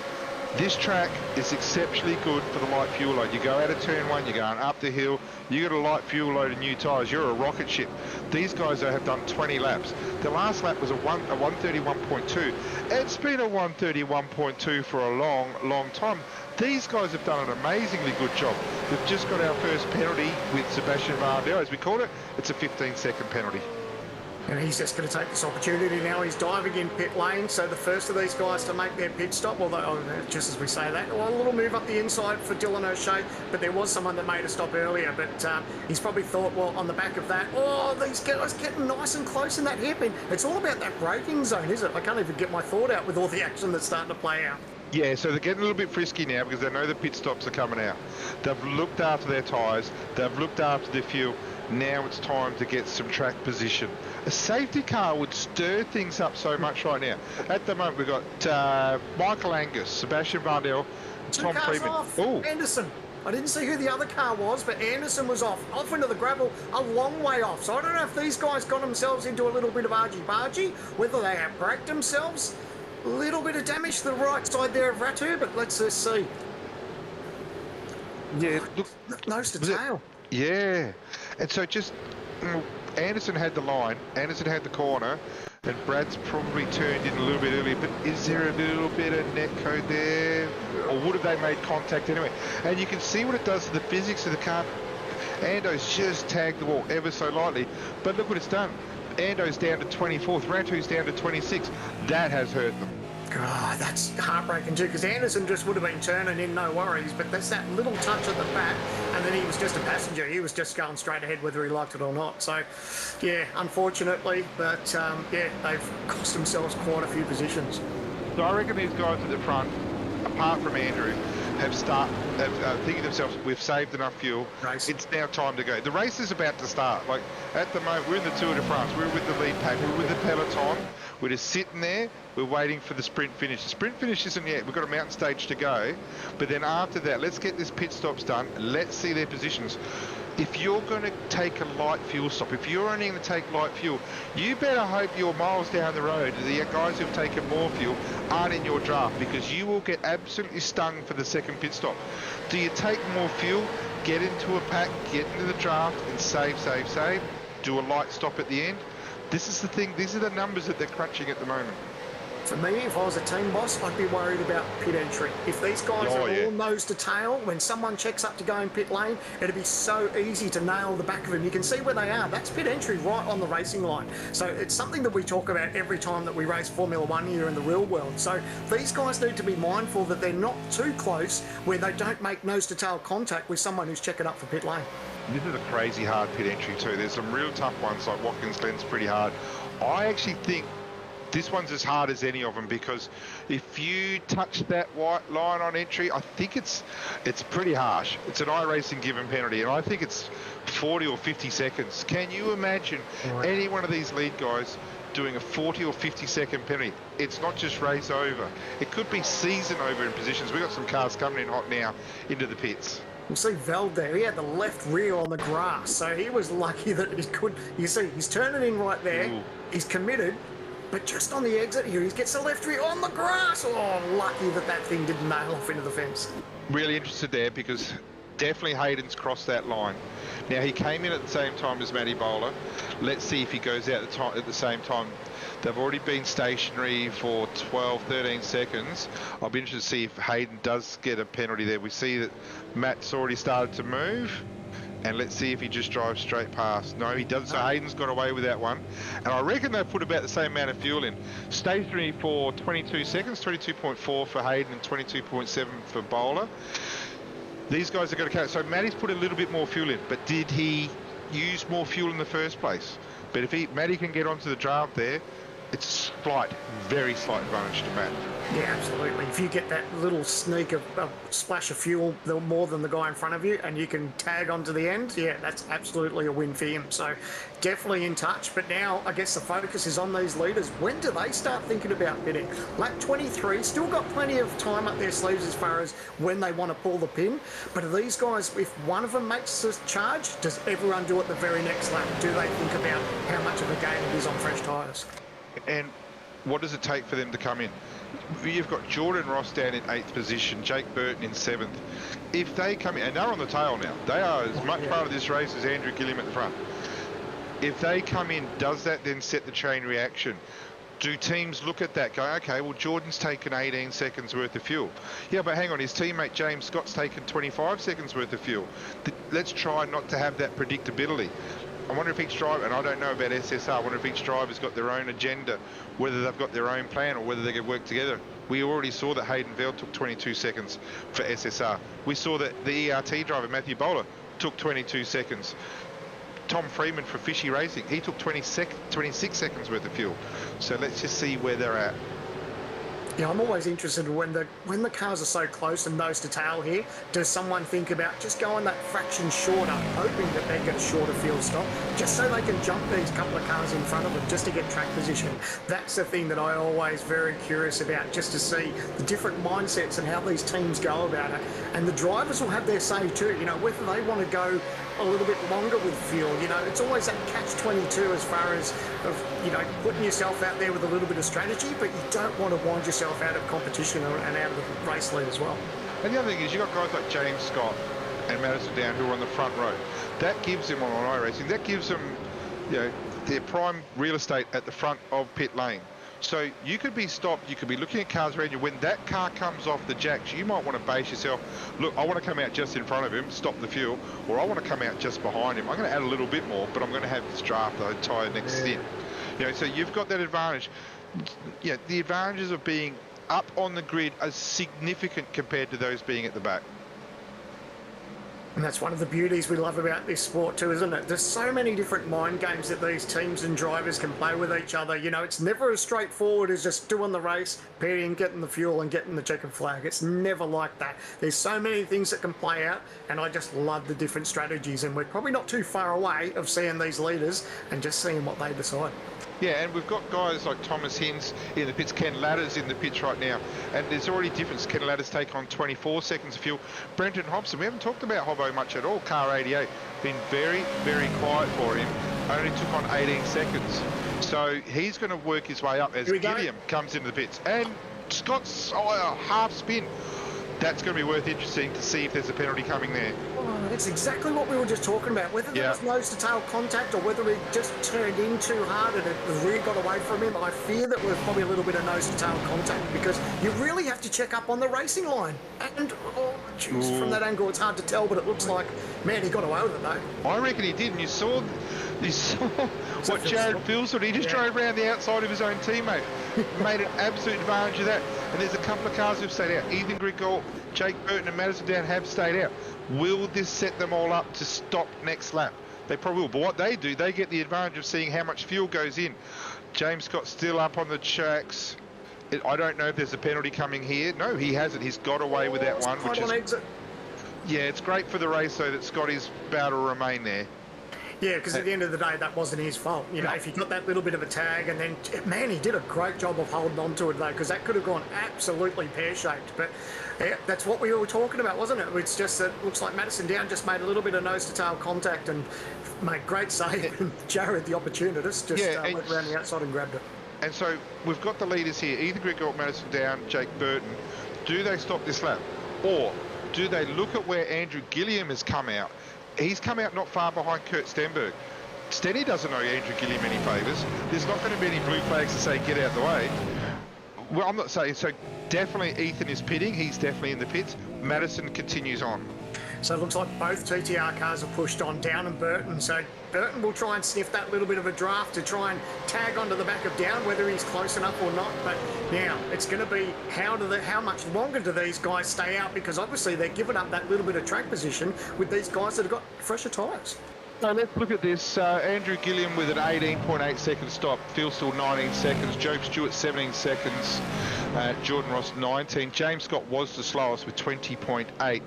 So let's see what Ethan puts in the car here. There's also a few others in the lane as well. So it's quite a long stop here for Ethan at the moment. And he comes out, at 19 seconds. So you would think he's going to come out with that pack with Andrew and with Jared. Yeah, so there goes Gilliam. He's just gone through shot. That's Jared now coming through. And Joe. Yeah, so he's just going to tag on the back. That's not too bad. He's got a draft, so he'd be happy with that. Well, if you're going to be sitting in the draft of anyone, there's certainly worse people to be sitting behind than Jared Filsell, isn't there? So Jared's going to be working his way up, and straight away, Ethan with an aggressive move knows what needs to be done. He knows he needs to stay on the tail of Jared, and straight away, on cold tyres, mind you, he's taken the inside and taken that position off of Joe. You know what I love about that? That was the racing brain kicking in there, because he knew if he left it a couple of more turns, another couple of corners, I should say, that he probably wouldn't get that opportunity. So yes, the tyres were cold. He has made that dive, but he knew how crucial it was to tag onto the back of Phil Cell. Look at that. Beautiful car position. Great respect between the two drivers. They both get the power down, and he's got the job done. So well done, Ethan. And really good racecraft by Joe. He's sitting behind two of the best sim racers in the country who are going to do a hell of a lot of work for him over this next sim. We're on lap 27 of 60. Job's a quality driver, we know that. He's been caught up in some little incidents here and there, but when he's got a straight car on a track he enjoys, he can fly. He's got a teammate out in the lead, so the car's working well, we know that. Job's got a really easy little stint in front of him, hopefully, if he can hang on. Not forgetting also that Job took 2 seconds less fuel. 2 seconds less fuel in that last stop. That's going to be important. Both Jared and Ethan are pretty much clocked on the same. They took a little bit more fuel than Andrew in front of him. As Andrew's gone straight past any. And we've got Jake Burton on the screen right now. Do they pit now? I've got a feeling that if they're going to commit to going long, just go longer. Yeah, that's right, because it doesn't benefit you to, if you change your mind, if you've got to stay committed and play for that long game. We see in supercars like Van Gisbergen's famous for it, where he will go so long on tyres and you think, there's no way that he's going to be able to make it up. But those fresh tyres, he gets it good done. But now look at this, good cop, he's now got fuel cell. So he's got a little bit of pace in that Logitech combo. No, Jared's just pulled over there and waved him by. Jared's he's not a dope on a road. Game. Yeah, absolutely. That's exactly good racecraft. The question is though, is Ethan going to do the same back? Is Ethan going to say, hey, time for you to go to work? Because if they do that, there's only one winner out of this scenario. And his name's Andrew Gilliam. So Ethan now is going to say, well, I have to do the work because Jared doesn't want to.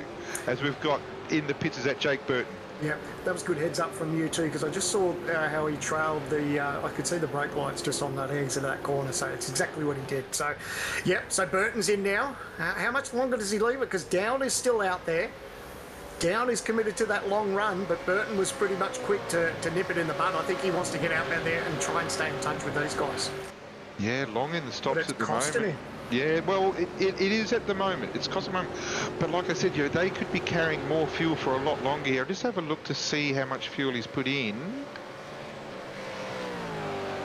And I can't... where is he, Jake? Yeah, so he's put 23, almost 24 seconds of fuel in. So not only has he had a longer stop, so we're talking 4 seconds longer than the guys in front, but he's going to be carrying a belly full of fuel up that hill until the next pit stop. And then we know that his next stop's going to be shorter. We understand that. But over this stint, he's going to be losing time. He might lose that 3 seconds alone that he's gained in the pits just on track right now. And then where's he at?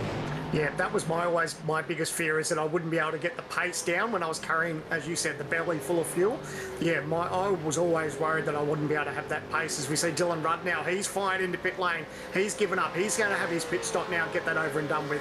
So at the front, it's Down and Myers that are 1-2. Rudd's now in the lane. Rivera now across to the line. So he's now P3. And that gap is only, 7 seconds. So it's not too far as far as a gap for these guys up in front. You remember about 15 laps ago, we said that Marcelo and Robbie Gibbs, who have changed positions looking at this, by the way, that they were 7.2 seconds behind. They're only 6.9 seconds behind the lead. I know Madison wasn't in the lead at the time, but he was certainly within that pack. They have stayed consistent throughout. They have let themselves back in the race. And that's the beauty of this track. And it's why, so when you choose the schedule, you choose tracks that absolutely suit the V8. This track is almost on the top. Take away Bathurst, which we all know, but this track is just beautifully suited to these cars. Absolutely, and I was excited about tonight's race just because of the nature of this racetrack. Regardless of what we race here, it always puts on a good show. And I think these V8s are well suited to this racetrack too. It brings the drafting, it brings the ability to get the power down out of that corner that we saw. But through the infield section too, it's tight, twisty. You've got to have a decent car in here, and I think these guys always do put on a good show at this racetrack. And we could look at what James Scott's done behind Job Stewart here. He's made those gains. So James Scott's pit stop was slightly longer. He's made those gains. And also Jordan Ross, he had a shorter stop, a 19-second stop. He's made those gains. These guys have put themselves in the draft. Madison's staying out longer. Last lap, actually, Madison's pitting right now. Yeah, I figured he wasn't going to leave it too much longer. What are we, lap 30? So it's the halfway mark of this race. So this will be the key now, is to see how much fuel he takes on board this Trans-Tasman, this VRS Commodore, because at the end of the day, now this dictates how his race is going to play out. We talk about your words, mate, using your words for a belly full of fuel. Does he take a heap? Does he only take a short amount? It's going to be looking at the stopwatch just to see how much goes into that car. Yeah, no, he's going to get burnt here short term. So short term loss for sure here, because the times that he was out, his lap times were 1:31.5s, mid 1:31s. These guys here, we look at Ethan Goodgold, his lap time last time around was a 1:30.4. So Madison was hemorrhaging time. He's actually come out behind Brady Myers. 21-second stop, 2 seconds longer than Brady's, but he's still falling down the order. So now Dylan Rudd's gone past him as well. This is not ideal for Madison. Yeah, I do love the mindset. So, Madison's going to get that move up the inside. He wants to clear that traffic, exactly what we saw earlier from Greg Galt. But, yeah, it's interesting. I love how these things play out, because you just never know whose strategy is going to work. And it's only the halfway mark of this race, still a long 30 laps to go. Yeah, there is, but if you're Madison right now, do you ask the question of Brady, push hard, we need to close that gap to Dylan, get the draft. Dylan, push hard, we need to close that gap to Jordan. If they can get that gap to Jordan, there's 2 ERT cars come in sync lap 30, so they're right on halfway. These guys have worked actually quite beautifully together. The team manager would be quite proud at the moment if you knew them. But at the same time, Madison has hemorrhaged a lot of times. Those extra 5 laps. So 5 laps ago, Jared pitted. 4 laps ago, Ethan pitted. He was losing just over a second a lap. You can have a shorter pit stop, that's okay. And yeah, you're going to make the time up later on shortly while your tyres are new. You're not making up 4 seconds. Yeah, it's catch-22, isn't it? How much longer do you stay out, as far as with new tyres versus old, and then, a lower fuel tank versus more of a fuller fuel tank. And that's what we love about motorsport. So many different things can play out. And boy, oh boy, if there was a safety car that came out right now, mate, it would really turn everything on its head. So, and these guys, look, Tom Freya, so these guys still haven't had their stop yet. They're still pushing on. Him and Burke just working together, and they know that they can see on the chart there 30 laps, so they haven't made their pit stop, and they'll be starting to think, right, how much longer do we push it before we decide to take our tour down pit lane? Yeah, what's impressive here, Wayne Burke and Tom have both stayed out longer. Wayne Burke's lap time last time was a 1:31.1. That's quicker than what Madison's was when Madison was out in his own, while he had tyres that were fairly old. So the SSR cars are working beautifully. They're holding on to their tyres here. Tom's done an exceptional job. We're on lap 31. They could creep around again, and they will. So they are maximising their chances later on the race. They've obviously been mid-pack throughout the start. They've saved enough fuel. Their tyres look like they're hanging in there. And they are going genuinely quick. Another 1:31.3, so it dropped off a little bit for Berkey there, but it's still very competitive times. I was going to say, yeah, it dropped off a little bit, but not as much as we would imagine. So that's good. If these guys can sort of milk that for a little bit longer and look after their rubber, this could work in their favour to really leapfrog it up through the field. Yeah, so Gilliam's put in the fastest lap of the race at 1:30 flat. Now, you're Ethan Grigor, you're in the car 7. The car in front of you is just dripping away slowly but surely. You're not in the draft. You want to save fuel. You want to win this race. You're in position 4 in the championship. Ethan has done an exceptionally good job so far this season. He wants to win the race to maximise. Jared Filsel wants to get back into the series, get maximum points. At the moment, Jared is letting Ethan do the work. Ethan's not catching Andrew. The advantage is with Andrew, or the advantage is with Jared. The advantage is not with Ethan at the moment. Yeah, I think he sort of starts to think now, does he push for a couple of laps to try and close that little gap? But obviously he can't decide to push too hard because, like you said, Jared's behind. He's just licking his lips, and it's like you said before that, Ethan's paying for fuel and Jared's just sitting there going, yeah, you little beauty, tow me along. Or do you put the ball back in Jared's court? You let me through 4 or 5 laps ago, Jared. I'm not catching Andrew. I want to save fuel. Do you put a bit of pressure on and say, I'm going to drop off here, go through out Jared? Let Jared make the decision. Do I pass him or do I sit off? Do we let Job Stewart through? Job's not going to help these two. He's going to let Andrew drive away. Yeah. So do you make the pressure go back onto Jared, or do you just keep pushing air for him? And as we watch Freo and Burke now there in the lane, they've decided to take their pit stop out. So that's over and done with at lap 33 for those guys. So good fuel numbers to get to lap 33 for those. And they will now take that pain a little bit. But it swings and roundabouts, isn't it? Now that they've got their fuel on board, it's for them to push on those fresh tyres. Yeah, it really is. You would think that there wouldn't be a necessity to take a hell of a lot of fuel on, because now, with 28 laps to go, we could do 2 14-lap stints. You don't need a lot of fuel for a 40-lap stint. You know, we're only talking about 3.3 litres per lap here. We don't need a lot of fuel. So I'm surprised if they've taken a hell of a lot. Just have a look, and you'll see that both of them pretty much spot on. 22.6 seconds stop, which is actually longer than I thought. I thought they could easily throw in an 18-second stop there. They've got reasonable track position. There's actually the 4 cars all in line, the 4 SSR cars all in line. 19th through to 22nd, Briggs, Freo, Burke and Hobson, all in a line. The unpredictability of motorsport, hey? You just never know how it's all going to play out. And we can see here's O'Shea. So he's now got Myers behind him. He's looking a little bit racy too. Do these guys start thinking about, trying to push? Does Myers start thinking about possibly getting that move done on the inside? He's looking racy. He's just putting the nose there. But the one thing that I like about what he's doing there is, regardless of whether you're going to make the move on the opponent in front of you or not, always move around in the mirror. Have that guy in front of you looking behind, because he might easily make a mistake, and that'll be one of the easiest positions you'll make throughout your career.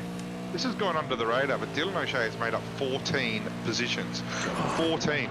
That is significant. But right now, what else is significant? He's holding Brady Myers up.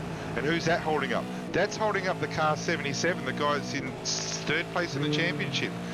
This is what is going to start hurting Madison badly. He does not want to be stuck behind any car for any length of time, and you'll show desperation right here. Both cars, looks like Tasmans will both go through a little bit sideways there on exit. You see down, got the power down, but then that car just stepped out on him and he didn't get to have that run that he needed. So that's cost him. He hasn't been able to sneak through and follow his teammate. Will he have a think about a dive here? He's a little bit far back, but he's got that fresher rubber. He needed to get that done to stay in touch with his teammate. Yeah, has to do that. His tyres are 4 laps newer than Dylan's. He's got to make hay while the sun shines, and he's got to stay on Brady. Now he's talking to Brady. Brady, can you go faster? Can you get me to the next car? Can you get me to Jordan Ross? Because even though it's just a little overtake there and they've got the job done, no drums off, it still costs time. And they can't afford to lose time. At the moment, they're over 2 seconds behind the car in front of Jordan Ross. Jordan Ross finished on the podium last year at this track. He's no dope here. He can do a really solid job. Jordan's also in the draft of James Scott. So the work has to be done by Brady Myers and by Madison to get up to them if they are to have any chance. You know what I love about this battle up front is that Greg Galt's now within a second, so he will start to be benefit from that draft now. If you're within that time, you are starting to make those gains. So I think if he just puts a few clean couple of laps together, he may find himself on the back of Gilliam before we know it. So I've been looking at that in particular the last 4 laps. Ethan's taken a 10th, a 10th, a 10th and a 10th, and that's, like as you said, that's got him back into the range of draft. Now that he gets up to him, again, I'll say it again, does he put pressure back onto Jared to make the decision to go past? Jared would probably take that right now, because all of a sudden, instead of being in the draft of Ethan, he's in the draft of Andrew, and there's a pass on here with Robbie Gibbs. Yeah, Gibbs looks like he's going to get it done up the inside. That's Hampstead there, so nice move up the inside, power down, nice. It looks like Hampstead may hold on. There's very, very much danger there that he could have lost another position, but he covered his tracks nicely. And that's 5-lap newer tyres there for Gibbs, and you can see that Marcelo's actually got away from Gibbs a little bit. You can't help but think that Marcelo has cleared that pack just there a little bit earlier than him, and Marcelo's showing some very strong pace of 130.4. That's actually quicker than the leads. That's 3/10 quicker than the leads. Newer tyres, yes, we know. But right now, Cello and Robbie have got themselves back into 15th, 16th. They've taken a long stop the first time. Their tyres are newer. They are bringing themselves into this field with giving themselves a top 10 chance. Also, we've got to remember Jake Burton, our series leader, he's dropped to 12th position. Took a long stop, 24 seconds. He's falling away. His lap times are not good. Yeah, I'd be a little bit worried about that at this stage. Just as you were about to say, when you were talking about his name, I was looking to see how far he dropped back. So at the moment, he's lost 4 positions from where he started, but it's that time differential that he needs to make up, and he's slowly running out of time because at the point where these guys are, he's going to be starting to use up his equipment, and he's not going to be able to get the job done. As we look back there, there's a pass there. James Scott up the inside. Oh. He's going to hold it. Yes, he'll cover his tracks. So now, for him, it's eyes forward to grab onto his teammate and Phil Cell. So a couple of things have happened here. As you said a couple of laps ago, Ethan now is in the draft of Andrew. He's not making significant gains. Yet again, another 10th. Is that now to the stage where Ethan can say, I could push harder, but I don't need to. I'm just going to draw up to him, use draft. But what also has happened here, for the first time, you've both got Jared and Scotty both running neck to neck, side to side. They've now got themselves in a position they can work together. There's always been a car between them before. They've now got themselves in a position that they can work together. Yeah, does that worry you from a team manager's point of view? If you're Greg Galt, you're looking back and you see those two teammates that they know that they can start working together now? Well, no, it doesn't, because I look at I look at Ethan. I know he's P4. The series leader's in P12 and dropping away. So the last lap for Ethan was a 130.6. Last lap for Jake was a 130.8. Jake is 8.5, 9 seconds behind these guys with only a 3-second benefit fuel. So relatively, he's 5 seconds behind. Actually, this is quite interesting up at the front. Michael Taliangic has come out. The 777 has come out just in front of Andrew Gilliam. So let's see if Tally, who's now a lap down, so Michael's just had a long stop, 35-second stop, which is his second stop, so he doesn't have to stop again. But let's see if there's any teamwork here. Tally's on brand new tyres. There's blue flags flashing everywhere at the moment. You know what I'd be thinking if I was Greg Galt, or especially Phil Cell and Scott? I'd be thinking about, when do we make our pit stop? Do they decide to jump earlier than everyone else, get that 1 lap of fresh tyres and hopefully leapfrog Gilliam? Because they're so close that they are in touch of having that chance of doing. Yeah, so now this is where you start drawing on. He has already gone past 3 sectors where there's blue flags, and he is still in the way. Yes, he has blue new tyres, but he's got a teammate. Now, the obvious looking thing is that he's getting in the way. Tally's been driving long enough, and I would imagine he will get out of the way shortly, as he does right now. But that's the type of thing that will get into the heads of the drivers behind. So in the end, he did get out of the way, and he's got James Scott coming behind as well. And yeah, he's let the first 3 through. There's no reason that I can think of that he won't let the next pack through. Yep, and that's just good teams racing too, isn't it? Half the battle for these drivers is just playing these mind games, because like you said, they know he's going to move out of the way because he's getting those flags, and no driver wants to be dirty to take anyone out as far as letting a teammate win. But if you can just distract someone for half a lap or something, that can really pay in the end. And Tally could easily say, hang on, my tyres are 13 laps newer than yours. I'm in the same type of car as you. We've got the same setup. I should be faster than you. But he's not going to want to interfere. Oh, I tell you what, though, he has kind of chopped James Scott off a little bit there. I'm not sure Scotty will be too happy with that. And as we say that, James is actually reporting that in now. Yeah, he's just seen it. Looks like he's been given the way through, but then looks like the door got shut on. Yeah. So, yeah, he's got a fair argument there to say, look, you know what? I think he should be probably popping out of the way, just rolling out of the throttle and not making it too hard for these guys. Yeah, but that's a move that didn't need to be done. And don't forget, he's also got a teammate behind. So as much as he's affected James Scott, he's also affected Job Stewart here. So you'd probably think it'd be the team's messages and also Tally's messages just to bail. This is close here. Oh, looking back, look at Hampstead and Briggs. And Hampstead's now he's got the inside line here. These guys need to give each other just a little bit of room here because the track runs out. They don't want to be off onto the gravel. Good, smart racing. If Hampstead can just hold on, looks like he's not going to be able to close that door. So Boyd's now got the ringside run for the next couple of corners. So just holding strong for those couple of corners has now benefited him, and he'll get that position back over Hampstead. Richard Hampstead has been with us for 1,000 years, loves his KFC, we know that. We only probably see him, the older he gets and the more work he does, and family reasons, I've got no idea, but we only see him probably 12 times a year driving in the sim, but he still brings his A game every time. Fun fact, this is a guy who has won a Bathurst Enduro in the Pro GT3 Series. Had a pretty handy teammate, Josh Rogers, has to be said, but he has won a GT3 Pro race at Bathurst. He is no month behind the wheel. Absolutely. If someone was going to pair me up with him at Bathurst, I'd feel sorry for him, but I'd be doing backflips myself. Yeah, absolutely. And you can, and now we say that, and it looked, was there a bit of collision there with Adam Briggs and Hampstead? See, Briggs is doing the run here with the tyres too, isn't he? Because it wasn't too long ago that they made their pit stop. These guys are now, was it Briggs that was pitting, or now, look, he's trying to make that move up the inside of Hampstead. He's got enough there. Oh, not a lot of room for Richard to move in there, is there? Yeah, it gets tight on entry there. So Hampstead's on, he's been out for 13 laps, coming up 14 on his tyres. Freer and Burke only been out there for 6 laps. So there's a significant difference in tyres there. And look at this battle as well. So this is Sebastian Flock, who we know might have some issues from the qualifying drama. And Brian Borg, who was with 9 and 5 for a while, has gone back to his own team, Brian Borg Racing. Borg is a stalwart. You know, he's not going to win races, but he's just going to be solid as. And we talked about Blake Warboys earlier. Blake's up to P26 now, down 4 spots from his qualifying, but has been on his tyres pretty much the same time as this, but is carrying actually 4 seconds more fuel.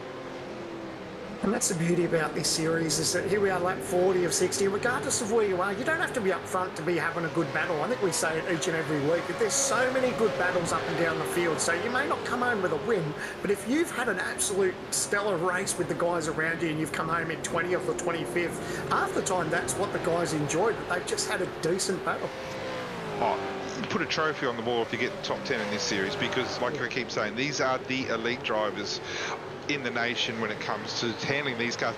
These cars are difficult to drive. They are a horrible beast to drive. There's not a lot of rubber on the ground. There's not a lot of aero. There's quite a bit of power only going on through those tyres.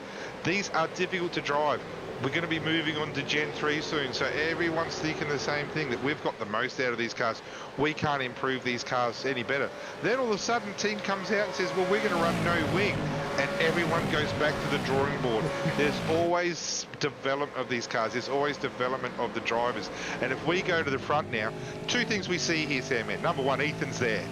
He's saving fuel now. He has not saved as much fuel as Jared. He's had to work hard to get there. But the other thing we see there is how significantly dropped off James Scott has been affected by that no pass at turn 2, turn 3, whatever you want to call it. I don't think turn 2 exists, of how much the lap car got in the way. James Scott will be in the draft shortly, no doubt, but he's having to work harder than what he wants to get there.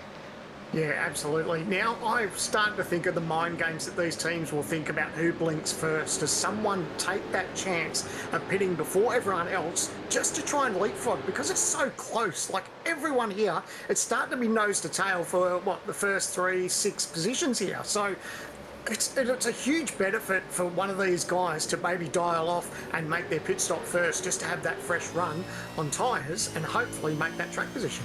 Yeah, I don't think you would. You're going to come out, you're going to be in traffic now. So when you come out, you're going to be in cars that are, generally 4 or 5 tenths of a second slower, and you're going to be stuck. You're not going to want to burn rubber trying to get through that traffic. At the moment, things are good. If you're in the top 3, top 4, top 5, we're in a pretty happy place right now. Happy Gilmore's found his happy place. We're just driving around, we're knocking laps down. We've got 20 laps to go, 19 at the end of this one. The race will start at the next stop. And we know Philsell in, Scott in. So there goes my theory. This is what I was talking about. You've called it. It was like, do they now? They know that they can just. Oh, he was quick into the lane there on the anchors, and of course the ground that Scott's made up too. These guys want to get that 1 lap or so fresh tyres and hopefully leapfrog Gilliam and Greg Goff. So I'm really curious to see how this plays out. I'm not curious, I'm surprised, and I was actually saying that they won't pit, and here they are pitting, so what would I know?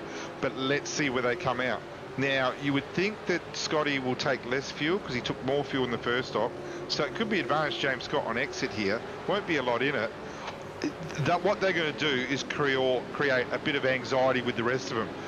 Yeah, don't get too jumpy here. If I was spotting for them, let's see where they come out. If we can get back onto the car 1, thanks Mr. Producer Luke Lucas, who does a magnificent job. I want to see where these guys come out and where they've got a clear track, and they do. but look at the traffic in front of them, including a TTR car. They will be on their tail of that pack in about 4 laps time, and they will lose time. We've got a car going slowly. There's that Ken ladder getting lapped. Yeah, and see, these guys are actually racing for position. So, matter of fact, it doesn't matter that Phil Sells made his pit stop. When he comes to the back of these guys, they don't have to move over. They're still racing for position. Absolutely. And look at the distance between Jared and Scotty.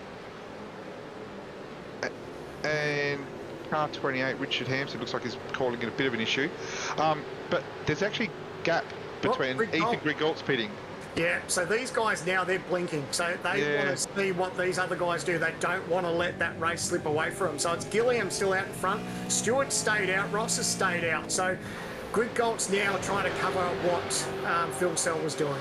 It's not a call I would have made, I'll be honest with you. And who's that? Is that Jake Burton as well? So Burton's, I think he's got a bit jumpy as well. We know that Ethan's probably going to come out in the clear with Jared and James Scott. We know that he's going to take on more fuel than Jared, we know, because he pushed a lot of air that stint. But there was a pack in front of him that included Josh Anderson, Brian Borg, Adam Briggs is pitting now, Blake Warboys, that they could get stuck behind. And already Jared is up to that pack. I'm not a big fan of this move. Yeah, Phil Sells jumped. Grigolt. Look, obviously they've made their bed now, so Phil Sell needs to dispose of these guys in front of him as quick as he can. And like we said before, they're not getting the blue flag. This is for race position. It doesn't matter that someone's made their pit stop or not. So it's now going to come down to talent and tyre grip to see if he can get the job done. These guys are not going to make it easy, especially Anderson in the TTR. This is a bad move by these 3 cars. Look, it might pay off later on, but at the moment, they've got new tyres. Are they able to make the most of it? It's not just a pack of 1 or 2 cars. There's 3 cars here. These cars don't have to get out of the way. As we can see, they're racing each other. They don't need to get out of the way. Jared's going to have to be super aggressive here to get this job done, to get through.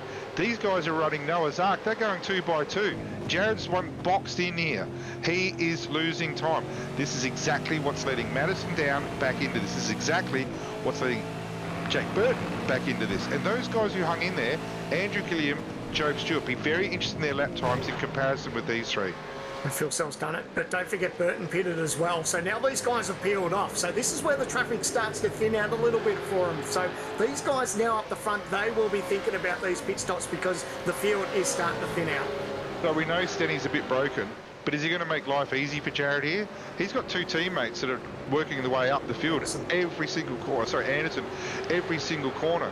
We saw the drama with Anderson and Philsell last race at Watkins Glen, as we found a little bit technical. Jared's going to stick that. He'll get that job done on new tyres. Yeah, so he actually disposed of him pretty quickly. Yeah. That could have been made very difficult. But at the end of the day, Anderson's still not going to give up. But now he's just got Scott behind him. So Phil Sell now needs to bolt because he knows the other guys haven't pitted yet. But everyone that has pitted, they have leapfrogged at the moment. But that's going to change now that Phil Sell's got that little bit of free air. But how much did it jeopardise him? So how's this? These guys have got new tyres on. Andrew Gilliam's tyres are 20 laps older. You would think there's a significant difference. Andrew's lap time was only 2/10 slower last lap, so this will be really interesting on his exit.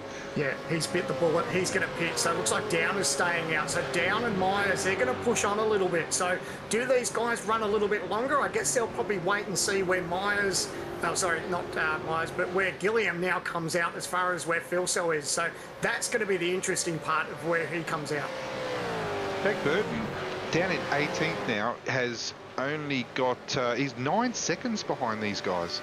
9 seconds, so the strategy has not worked. Well, he might just not have the pace. Let's face it, you're not going to win every race.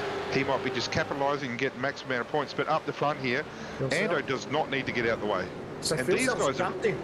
Absolutely has. Jumped him by a big margin too, because, oh man, just Stewart now's just... I'm actually surprised. I thought it was going to be a little bit closer than that. So they obviously made that jump to get that little bit of track position. Oh, a little bit of Rick Gold. He's going to get the job done. He's got the inside move side by side for these guys. It's all about power down, but at the end of the day, Anderson's there on the outside, so he had to be careful. Scott wanted to move across, but had to be careful, but a good move for Greg Gold. He now has to be... eyes forward now because he can't afford to let Phil Cell get too far away. What a move. That is a quality move. 3 wide, hard under brakes, getting on the power early. The other two just battling with each other a little bit. See that James Scott just got a little bit of a tap by Ando, which lost it, making him lose a bit of power. Ethan's got the job done. Right now, though, James Scott's going to be doing everything he can to get past Ethan. He wants to get back past so he can get on the tail of Jared Filsell. These guys were really lucky. They dodged a bullet with Blake Warboys and I think it was Briggs, or I can't remember the other ones. They pitted right when these guys were on them. They dodged a bullet. But the amount of time, they have driven away. Andrew Killiam, 25 second stops. He's been pushing air the entire race, and that's the difference right there. These guys here, Ethan, 21 second stop. Jared, 19 seconds stationary. But like I said, Joe Stewart, 25 seconds. Andrew Gilliam, 25 seconds. That's the benefit. And we've also got the TTR cars coming out the pits at the same time. Yeah, so Down has lost a fair bit of margin there, I think, at the end of the day. So Phil Cell has now got himself a comfortable lead. Freer still has to make his pit stop, but it's Greg Galt now. Eyes will be on him as far as Danny Kenny chose down that little bit of a margin that Phil Cell's got. Lap 46 of 60, they jumped the gun, they took the shot. Phil Cell made the change, and look at him go. He's now benefited from that little bit of a leapfrog. This is the Jared Filsell that we all know. He has not had a great start to this season. We know that. This is smart driving throughout. Started P7, has worked his way through, got some early positions, had to work hard. One thing we do notice after that little bit of, I don't think it's from the Talianchik incident, I actually think it's from the Anderson incident, which not an incident really to speak of, just the pass. James Scott does have some minor damage down the left-hand side of his car. That will slightly affect his aero. This could be advantage to Ethan and to Jared.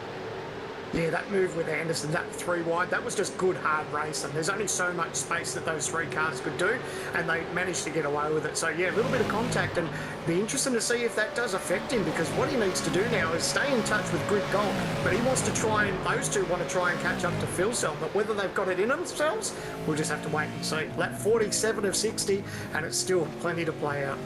So Tom Freer was in the lead, so we're taking him out. He's pitting now. So here's your top 3. In 4th position now, 5.5 seconds, is it? Or he's quite a distance behind. Yeah, sorry, 3 seconds, 3.4 seconds. I was going off the time of Tom Freer, sorry. Madison's going to have to work very, very hard to get back with these 3. These 3 are genuinely quick. There's 2 of these guys who are going to work together. The third guy, in this case, the ERT driver, Ethan Grigg, he's in a really handy position. He doesn't need to win this race. There's a championship to here. He's cashing in. Jake Burton's down in 12th position. The pit stops are done, so the position that Jake's in is the genuine position. And he's got a lot of work to do to try and get up here again. Absolutely, in the battle here, Dylan Rudd, he's now got an inside move. He's going to try and get alongside Stetstoff, but then in front of him he's got Myers. So these guys getting nice and close on exit. I don't want to burst your bubble, but the bit that I'm worried about with Down is that he did struggle in practice leading up to tonight. He said his best laps that he did all week was in qualifying. So he may not have the car to chase that margin down. 3.5 seconds, he's still got his work cut out for him, and the guys that are in front of him are genuinely quick. I love the grid walk. I love the grid walk. Last round at Watkins Glen, Jared Filsell didn't care about hiding in little secrets and we're not going to tell you anything. He said openly, we don't want the lead. We're going to sit behind. And sure enough, by turn 1, Dylan Rudd had the lead. Madison, the same thing. We know where the cards are going to be playing. Like, we've been doing this long enough. There's commentators, everyone's been doing this long enough to know where we're at. Madison told us in the grid walk, I don't have the pace to keep up with these guys. His tyres are 3 laps newer than Ethan's, 4 laps newer than the 2 SSR cars. His lap time, so last lap for Madison, 29.8. Last lap time for Jared, last lap for Jared was a 30.6. I reckon that Jared's starting to work into this with Scotty. I reckon there's a bit of teamwork about to happen. I don't think Jared made a mistake last lap. The one that's got to be disappointed is Andrew Gilliam. He's been burned by being the leader. Someone has to be the leader of the race. In this case, it's been Andrew. We know he's got the pace to get back in there, but has he got the pace with 12 laps to go at the end of this to catch up to that? I wouldn't think so. That's the risk you take, isn't it, where you be race leader, and these guys are obviously always mindful of fuel and they'll save fuel where they can, but like you said, someone has to lead. So he's taken it on, and then just unfortunately it's just caught him out. So looking at Down's margin now, what was it? He was starting to close that margin down. He's 2.5 seconds off. Yeah. So he's not out the draft, but he has got slightly new tyres. But he's made up a second. He's already made up a second since we were talking about it. So yes, it's not over, but he's definitely got his work cut out for him. But you can see just slowly that margin is just starting to come down. So they will be mindful. They'll know that Madison's starting to come, and they will need to be very, very careful as these laps play out. But the thing is, the lead pack here has the fastest driver of all time driving a V8 in the lead. So Madison doesn't just need to go fast, he needs to go crazy fast, because unless the three in front start playing games, which they could, they absolutely could, James Scott has a series championship to win. Jared knows that. Will he start working for him? If he does, and you can already see there was a little bit of a balk there, and right now Madison is making significant gains. Madison could get himself back into this. I don't reckon that they want that to happen, because they don't want Madison coming second, third. No. They want Madison coming fourth. And at the moment, he's making gains. Yeah, the problem though is that Madison, though, he's got to make up that ground, but he doesn't want to burn up the tyres, because there's no point using up everything you've got, get to the back of these guys, and then have nothing to battle with. So he'll be mindful of that, though. But even now, as we're talking, 2.1 seconds. So yes, that margin is starting to close up. And of course, Scott's going to be very mindful of his position. He doesn't need to win, because at the end of the day, we know Burton's having an absolute shocker. So it's not working out in his favour in the points for Burton, but it's working out nicely for Scott. No, a shocker for Jake Burton, but we don't know his life circumstances. He might not have been able to do any testing at all this week. He might have been busy at work. We don't know. I'm totally agree with you. Positioned at the moment. So, Ethan's got a really good run here into turn one, and Jared's already going defensive. So this is the type of thing that is absolutely going to let Madison down back into this. Yeah. And a little mid-corner. I'm not going to say it's a balk, but Jared is absolutely focused, and look at this, the three of them are going, they're starting to play games. Madison is now in the draft of James Scott. They've let him in. 1.1 seconds now. He's in the draft. They have let him in. Dive. Oh, Phil Sell's going to shut the door. Grid Gold nearly got a nose alongside, so now it looks like Grid Gold's ready to be racing. He knows what's happening in front. Phil Sell's got to be careful, because he knows that Grid Gold can pounce, Scott will pounce, and now Down is in within 1 second of this group. And on newer tyres. Madison is on 4-lap newer tyres than James Scott, 3-lap newer tyres than Ethan Grid Gold. These three have let Madison into this race. Whether they've done it intentionally, I wouldn't think so, but the way that they're balking. So into turn one, Jared driving very defensively. Took that little, absolutely slowed down mid-apex to concentrate on his exit, but now he's slow every mid-apex. Whether he's intentionally slow, whether his car's not working, or whether he's trying to help his teammate get through into second. But at the moment, what they've done is let one of the most winningest drivers of all time in a race on newer tyres. And at the end of the day, what Phil Sell's doing isn't illegal. He's well within his rights. Absolutely. If he wants to check up a little bit in the mid-corner, that's on him. So at the end of the day, it's really making this race interesting. The top four now covered by just over 6/10. So the 2022 national champion in the XL Series has got a lot of company around him, and he's very used to getting bumped around, knocked around, and finding himself in the lead. This, though, is different, because there's not a lot of that's They're actually trying it. Yeah, this has got the potential to get a bit ugly here. And Jared, again, mid-apex, has just held him up. Ethan's been held out to dry. He's going to drop off here. Yeah. And straight away, Jared moves over, gives his teammate the draft. Too. And now Gilliam's in the game. Oh, Gilliam's sitting there looking forward, going, you little beauty, this is playing out nicely for him. So it's Phil Sell and Scott. Grid Gold now on the outside. He's going to be up to check up a little bit. Down's going to get the move up the inside now. This is fresher tyres. Playing out nicely for Down. He's now in P3, but Gilliam's going to look front inside. Oh, a little bit of contact, possibly. They got away with it. Nice bit of heads-up driving between Gilliam and Grid Gold. So the games that SSR have played here, it certainly worked. They've got themselves in 1 and 2. That's what they want. But what they don't want is a guy on new tyres in a quick car right behind James Scott. They want James Scott to be as high as possible. He's second in the championship. The guy behind him is just behind him in the championship. And we can see the replay there. just been held out to dry a little bit by Ethan. So he's going to lose traction, and now he's lost the spot, not just to James Scott, but also to Mazda down. To be honest with you, like I said, this is a long championship. If you spin, you lose 10 seconds. You're dropping a bundle of positions. Collect your points. We move on. Get to the next race. I think the concerning bit for Scott now is knowing that Down's right behind him, the pace that he's got and the fresher tyre advantage that Down's got. So he now will be looking for a move to capitalise on the inside. Scott needs to be careful. He'll block to the inside here. Down's going to go to the outside, but he's got to be mindful too because Greg Gold's right there. Look at that braking performance. He's got that little bit of tyre grip. Now he's going to try around the outside, gets the power down. It's going to cost him because Greg Gold's there now. They're side by side. Down's trying to get the move done, but he's left himself open. Greg Gold gets to the inside. You're James Scott right now. You're going, hang on, has this helped me in any way? I was P3 and I was battling with one car. I'm now P2. I'm battling with 3 cars. Ethan has got their job done. He's stuck there. But this is unbelievably good racing. But also, look at behind. Jordan Ross, Brady Myers, and is it Rick Kutsinov are now in this race. All covered by 3 seconds. So these guys now need to be careful because if they fight too much, this has given Phil Sell a free pass because he's now slowly starting to open up that margin. It's nearly 1 second over his teammate to Scott. But with Scott battling, with Greg Gold, Down, Gillian, with these guys battling as hard as they are, Phil Sell's just getting a free pass to slowly pull away from these guys. This is where, so if ever James Scott's vulnerable, this is the lap. This lap and next lap is where he is vulnerable. We'll know where James Scott's car is shortly because he's in the draft absolutely of Jared Pulsar. We know that. But so's the rest of them. And the rest of them have got just slightly, ever so slightly newer tyres with Ethan Grigol. Significantly newer tyres with the rest behind. This is now a 9-car battle. Sorry, I scratched that. There's 10 cars within 3 seconds.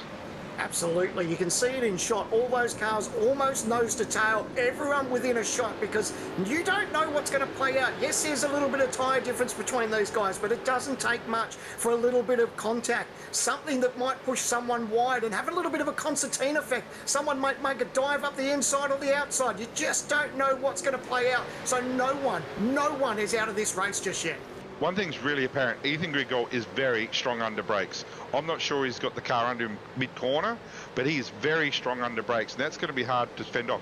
Also, we were talking about James Scott with an incident with Michael Talliangic before. Talliangic did get a 5-second penalty for a blue flag infringement.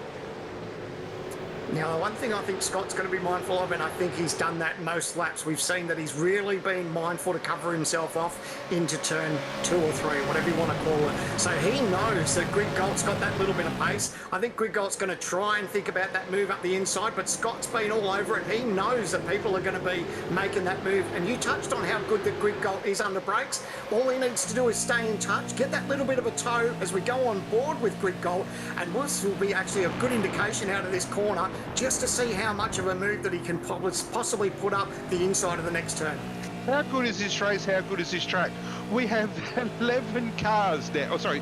11 cars closing the gap. They're constantining into each other. Greg Galt's just got a warning for blocking on lap 50. James Scott is now, so I would think Jared's backed off a little bit, got James Scott drawing him closer to him, so now Scott is going to get the full effect of the draft. But these guys here, so we know that Madison's on the newest tyres. We are Brady Myers is on the newer tyres. Rick Kutsinov and Dylan O'Shea, the same tyres. So the 9 and 5 guys and the TTR guys are all on newer tyres in the top 3. Well, I tell you what, I'm not a betting man, but even if I had to put a bet on this, I wouldn't know which way to go because it's so close, so much unpredictability with this race. I do love the fact that Phil Sell's just backed it up a little bit. He's trying to bring Scott along with him because he knows how much pressure that Scott's under. He knows that Greg Galt's hungry. He knows he can get that job done under brakes. But what Phil Sell's doing is being mindful to try and drag him along with that little bit of aero, hopefully to try and take some of that vulnerability away from him. So let's look at the last lap times. 131.3 for Jared, 130.9 for Scotty, and 130.7. Jared hasn't made a mistake that lap. He's helping his teammate. He's the puppet master of this group. He's in control as to who's going where. He's the chess piece. It's so much to go. There's still 6 laps to go in this race. We are talking of an epic finish here, but at the moment, SSR, who came first, second, third last year in this race, are controlling the race. Things have settled down. Have they settled down because tyres are going off? Have they settled down because they've all gone, hang on, that was too close to being a disaster? I think James Scott is the most vulnerable. Is he going to let him through? So it's a move up the inside, possibly. Oh, a little bit of team orders. I don't know. I don't know if he was going to leave the door open for him, but Phil Sell there looked a little bit vulnerable. Does this benefit Scott, though? Because we talked about it. Phil Sell is pretty much nowhere in the points, but Scott's there in contention. Do they do a little bit of a swap around, and then Phil Sell holds up the pack a little bit? Is Phil Sell potentially throwing away a win because he's controlling this race? Now, last year, Brodie and Jared were in the same position with Jordan hanging on in the background. Last year was the same position and Brodie got the chocolates last year. What's going to happen this year? Like, we know, look how much Jared is able to drive away in a short amount of time. Sure, Scotty's under a bit of pressure here from Ethan. If Jared wants to win this race, he's winning this race. It's what's going to happen behind him. Is there going to be any carnage? Is there going to be any desperation? Is there going to be championship implications coming at the end of this? Well, these guys know they'll have team managers in their ear, letting them know the story. They'll know that this top 8 cars are 2 seconds. Like, that's crazy. 2.5 seconds, 2.8 seconds over 11 cars. So anything can happen and so much can play out in these dying laps. Lap 56 of 60, this is undecided and there's no way of hedging your bets just yet. It could go anyway. And I can tell you right there that none of them have any problems with their incident points. So these guys are free to race. So they're not going to... Oh, geez, Ethan's going to be in a good position here. He's going to try around the outside. Scott's going to be vulnerable there. Oh, look, and look at Gilliam. He's made a move up the inside of down. All these guys trying to get their power down. But at the end of the day, Greg Gold's still going to try, but he's on the outside of Scott. What's he going to be able to do into the braking zone? The position obviously works in the favour of Scott. Greg Gold's got to go the long way round, but he's got to be careful not to leave the door open behind him. Oh, that touch. Oh, contact. Yep, so that's all. He's managed to get away with it. Greg Gold now just covering off Gilliam. Gilliam's got so much pace now. He's managed to get past Down. Down's very close. These guys, oh my goodness, if they trip over each other, it's going to change this race big time. We talked before saying Gilliam paid the price for being in the lead, pushing the air. But the hijinks that the 3 in the lead were playing around, got Madison back in it. They got Gilliam back in it. They've got Myers back in it. I actually remember what happened at Sebring last year. Brady was peeing nowhere. I'm not saying it's going to happen again, but he's a lot closer now than he was at Sebring last year. Just a little bit of contact on exit there. It's just a matter of hard racing for those guys. Just running out of real estate, door handle to door handle. Thankfully, no one went off into the gravel trap. But man, it is on. Who would have thought 11 cars covered by under 3 seconds in the dying stages of this race at the Red Bull Ring? I've chosen a bloody good race to be commentating here with the great man Stephen Sandman Clark, and I'm just so happy and so proud of that these guys are all racing clean so far. They are really showing the quality. Gilliam's gone deep as, and I reckon he's going to get this done. He's got it. Andrew Gilliam can win this race. Yeah, he's got that position, he's got the power down, and now unfortunately Greg Gold is on the wrong side of the racetrack. So now it's about eyes forward. He needs to see what these guys... Oh, he hasn't given up though. Greg Gold is still hanging in there, but thankfully Gilliam says, thank you, I'll take the inside line. But look at Down. He's got to be careful, because if these guys come together, Down could be right there too. Greg Gold, very vulnerable. Down's going to try around the outside. And right now, they've let... Contact! There he goes! Oh, William! Oh, he's managed might be a redress there. Wow! So, unfortunately, Greg Gold just gave him the slightest of taps. That's worked in the favour of Down. Down's got position on him. If there's any ramifications, Downs could be gifted a 3rd position. And SSR have been gifted a 1-2. These guys trying so hard for position. I think there's going to be something to answer there for, absolutely. But I'm not on board, but at the moment, this race is done. SSR 1-2, that's not where the race is anymore. Whether they ask Andrew and Ethan to swap positions, don't know. That could certainly be a possibility. Wow, it's taken with 2 laps to go to finally give us some sort of understanding of maybe which team's going to win this. Maybe not who, but here we go. A hard move up the inside there, a little bit of contact there. Did Gilliam cover? Did Gilliam come over? I'd love to see the chopper view of that one where we can look straight down the cars. Looking at that again, Andrew certainly has moved under braking there. Let's just have a look. Yeah, he has. He's moved under braking. So interesting there for the stewards to have a look at. Wouldn't be surprised if there's a redress, but at the same time, I wouldn't be surprised if there's some kind of warning for blocking and or no action. That's a real tight one. Yeah, it's tricky. It's never an easy job for the stewards. The stewards do the absolute best job they can, and it's not the easiest job in the world. So let's leave it with them. But these guys still not giving it up. This is for P15, 16, 17. So look at these guys into the corner. Oh, bit of give and take there, but these guys not giving an inch. And look who's in this battle. Our series leader is in this battle. Our series leader is under attack. He needs to capitalise, and he's copped a bit of damage, and he's getting a few love taps at the same time from Wayne Burke. Back in 16th, yeah. he may find himself outside of the top 20 if he's not careful. Well, Jack Boyd is in this group and he's got a 5-second penalty. Wow, so that's harsh. That's gifted a podium to Madison down now. So all he needs to do is just cover his back. He just needs to make sure that he just keeps right behind Quick going. He doesn't need to do anything silly. What he needs to focus on now is making sure that Gilliam doesn't get past him, because up front it's Phil Sell and Scott. These guys are going to go to a comfortable 1-2. So the stewards are saying with a 5-second penalty that incident is worth dropping 7 positions. That's tough. That is really harsh. I better take my ERT hat off because that seems ridiculously tough. A little bit changed their position. So Rivera, he's now into 11th position. So with Rivera, Lineage and Gibbs, this is for 11th, 12th, 13th, but up the front it's down. Does he think about making a move? He's got to be careful, because if he tries to make a move on him, it's unnecessary, but he needs to be careful and mindful that Gilliam doesn't sneak up the inside, because he'll throw away a podium finish here. Yeah, well, Madison knows that the car in front of him he's not racing with. The car in front, he's not going to be real happy with things, so he's going to need to put his head down, get the last lap done, take his medicine. Whether he takes it to appeal, that's up to him. But Madison has got himself in a position of coming third. But SSR, Jared has played his hand beautifully here. He has been the perfect teammate for James Scott. Whether they've changed position on the last lap, that's up to them. But they've got what they wanted. They had the others battling behind, and they've got 1 lap to go. And you can see old mate waving the flag mad. He's going to drop that shortly. They've got the job done. And so it's going to be, unless the fuel's tight, they're going to be 1-2 again. It's a terrific strategy from Synergy Sim Racing. I spoke about it during the race. I wondered if someone was going to roll the dice, and that's exactly what they did. They used that to affect that fresh bed of tyres. Because the groups were so bunched up, they managed to jump the field, and they did it well. Oh, a little bit of racing up the inside. Looks side by side.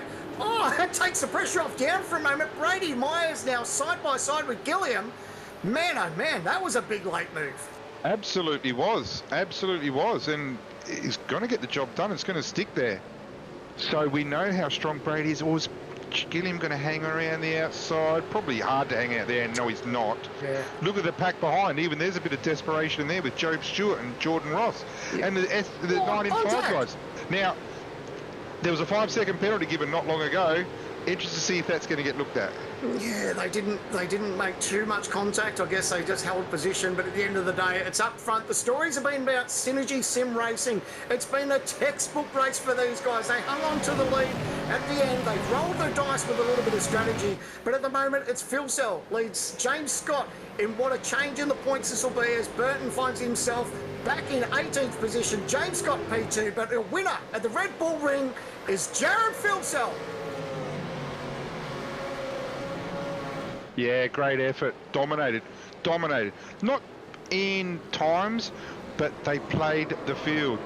He was, like I said, Jared, laps ago, Jared was the puppet master there. He was controlling that pack. Drew his teammate in beautifully, worked hard for his teammate, dropped back when he needed to, drafted when he needed to. All sorts of shenanigans happening behind.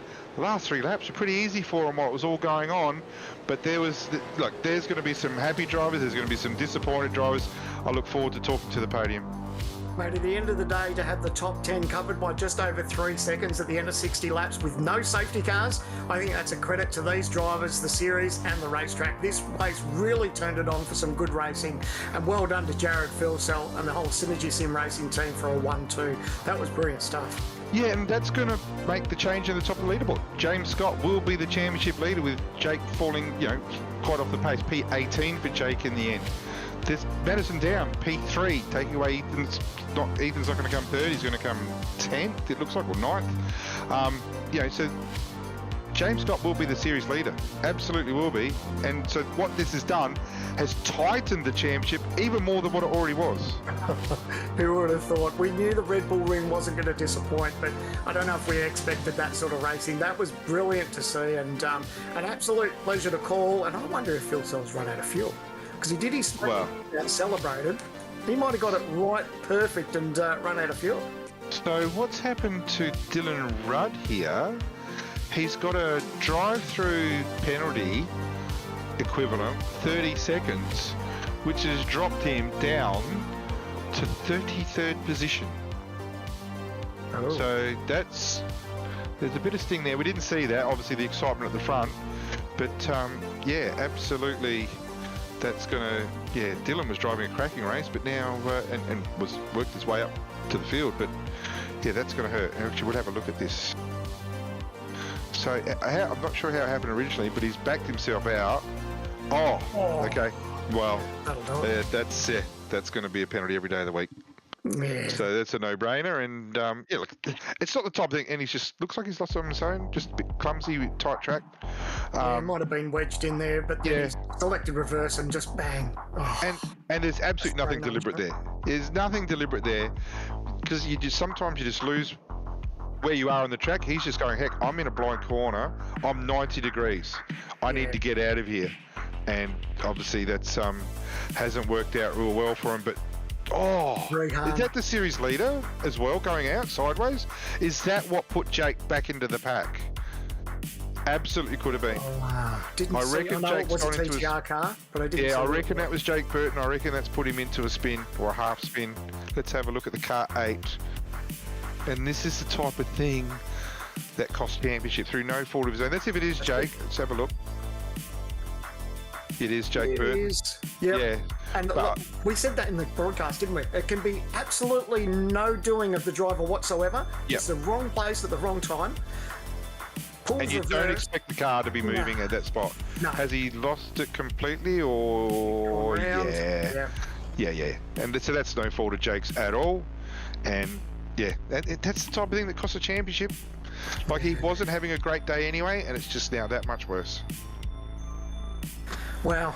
And Jake was in the thick of it too early on. I mean, we were speaking about him when he rolled the dice as far as making his pit stop, and unfortunately his night just went from bad to worse. So best thing he can do now is just put it behind him and just focus on the next race. Absolutely. So what we'll do, we'll start, here we go, we'll get the boys up to have a chat with us. We can get Jared. So as we look at the scores now, it's Jared Filsell leading over teammate James Scott for second. Ethan Griggold unfortunately receiving a penalty there. That'll have 5-second penalty, will drop him down the grid, so that elevates Madison down into P3. And what a race. I mean, we saw a little bit of everything. We saw some strategy, saw some good hard racing, and at the end of the day, to have the top 10 covered by just over 3 or nearly 4 seconds, like that was just brilliant stuff. And we're lucky enough that we've got our winner of the Race of Champions here, Jared Filsell, back to form in a big way. Jared, I called you the puppet master in that race because you were controlling that pack. You were pulling their strings. You were pretty much doing what you wanted them to do. Congratulations on what I thought was a dominant win. Tell us about your race. Yeah, I nailed it on the head, really. I was controlling the front there, did what I needed to do, had to save the fuel that I needed to make the finish, so I prioritised that, and then, back the field up a little bit and let them sort themselves out.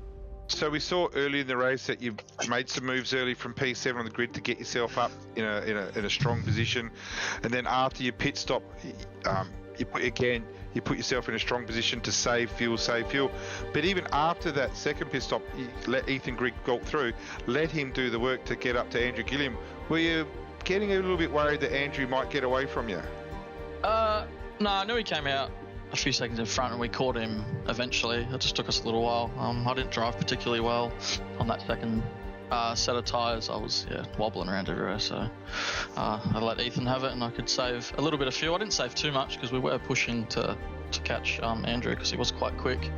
But yeah, it was a cool race. And your second stop, it was earlier than what I predicted. Sandman called it to the letter. He said, you're coming in. I said, no, you'll be holding off. You came in earlier. Were you concerned about traffic upon exit, or you had everything under control?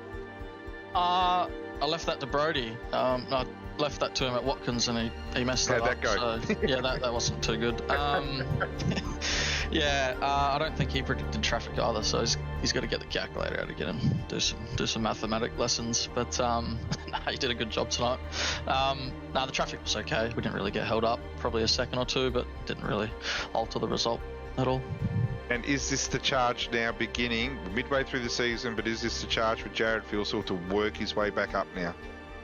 No, I'm long gone. I'm too far back now. No Couple way. of enduros, double point enduros. I didn't know that, but we'll see.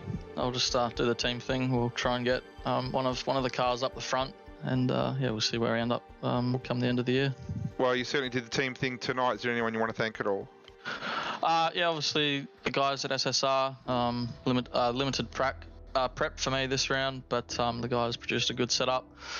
Brody came in swinging spanners with 6 hours to go, so he made the car a little bit better for us over a long run, which was good. Definitely paid dividends there, but obviously Watercraft Performance Centre, it's great to get them out the front again. Nice to see Jordan have a good clean race as well. He's not too bad for an old fart, but I can't thank all the guys enough, and thanks to you guys for broadcasting. Good job, Jared Filsell. Well done, mate. P1, second last year, first this year. The guy's a master around here, so congratulations to him. Sandman, I'll leave you with James Scott. Yeah, an all-round terrific effort from Synergy Sim Racing, and now we talk to James Scott. Congratulations, mate. Unfortunately, fortunately for you, but unfortunately for Burton, who didn't have one of the best nights, it's probably put you back into the championship lead. So congratulations, mate. It was a great battle to watch with you and your teammate, Jared Filsell. Yeah, it was a tough race. Obviously, with draft being so strong around here, it was always going to come down to sort of the last couple of laps. The championship, it obviously sucks for Jake. He's way back, but as I said, it's only round 4, so it doesn't really mean nothing. It seems to be a bit of a bad luck charm. Whenever someone gets in the lead, they have the next round they don't have a good one. So hopefully I can break that trend at the next track. But it was a good race. Jared was a bit hard on Brody as far as your pit strategy, but I was sort of calling it in the commentary box. I figured I wanted someone to make that move and jump someone, have that early pit stop, and with the fresh tyres maybe get that gain and leapfrog the leaders, because at the end of the day the cars were so nose to tail. So were you confident of that strategy when it started to be told to you that it's what you guys were going to do? Yeah, I thought it was all good. We talked about it for a couple of laps, and then finally decided to pull the trigger and pit on whatever lap it was. But I was a little worried when I saw a few cars come out ahead. They were down the field a bit of traffic, but as Jared said, we didn't really lose too much, and I think most of them pitted the next lap anyway, so it didn't really hurt us at all, really.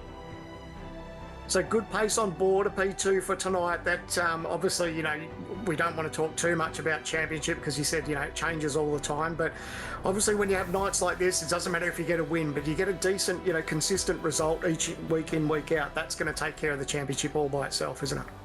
Yeah, exactly right. Just about keeping consistent, trying to scrape through for every point you can get. Looks like it's going to be a tight fight all the way to the end. You're definitely glad that there's some pace on board. That's always key, so hopefully we can keep it up for the rest of the year. Well, you've got good teammates around you. You're inside a good team, and you're driving really well, mate. It's a pleasure to have you part of the series. Before we let you go, is there anyone you want to thank? Obviously all the guys at SSR, Jared, Brody as well, especially for the setup and the strategy calls throughout the race. All the other guys doing awesome as well. Great sponsors as well, Watercraft Performance Centre, Parramatta Isuzu Ute, Works Racing Components, West End Motor Group, and yeah, obviously you guys for the broadcast and the series admin as well. Well done, James. Go back and enjoy this one. It was a good race, and looking forward to catching up with you in the next round. Well done. Thanks, mate. Brenton, I reckon you're with our third driver of the night for P3, Madison Down, who was gifted that position after some unfortunate incidents there with Ethan Goodgold. It's weird with Madison. I don't know how old you are, Madison. I'm going to pretend you're 28, but geez, you sound like an old timer. You feel like an old timer. You've been around forever. How good was that race, though? How was your thoughts on it? You got yourself right back into it, gave yourself a big chance, and finally got the podium. Yeah, you nailed the age. 28, been driving the V8 and iRacing now for 13 years, so literally half my life now.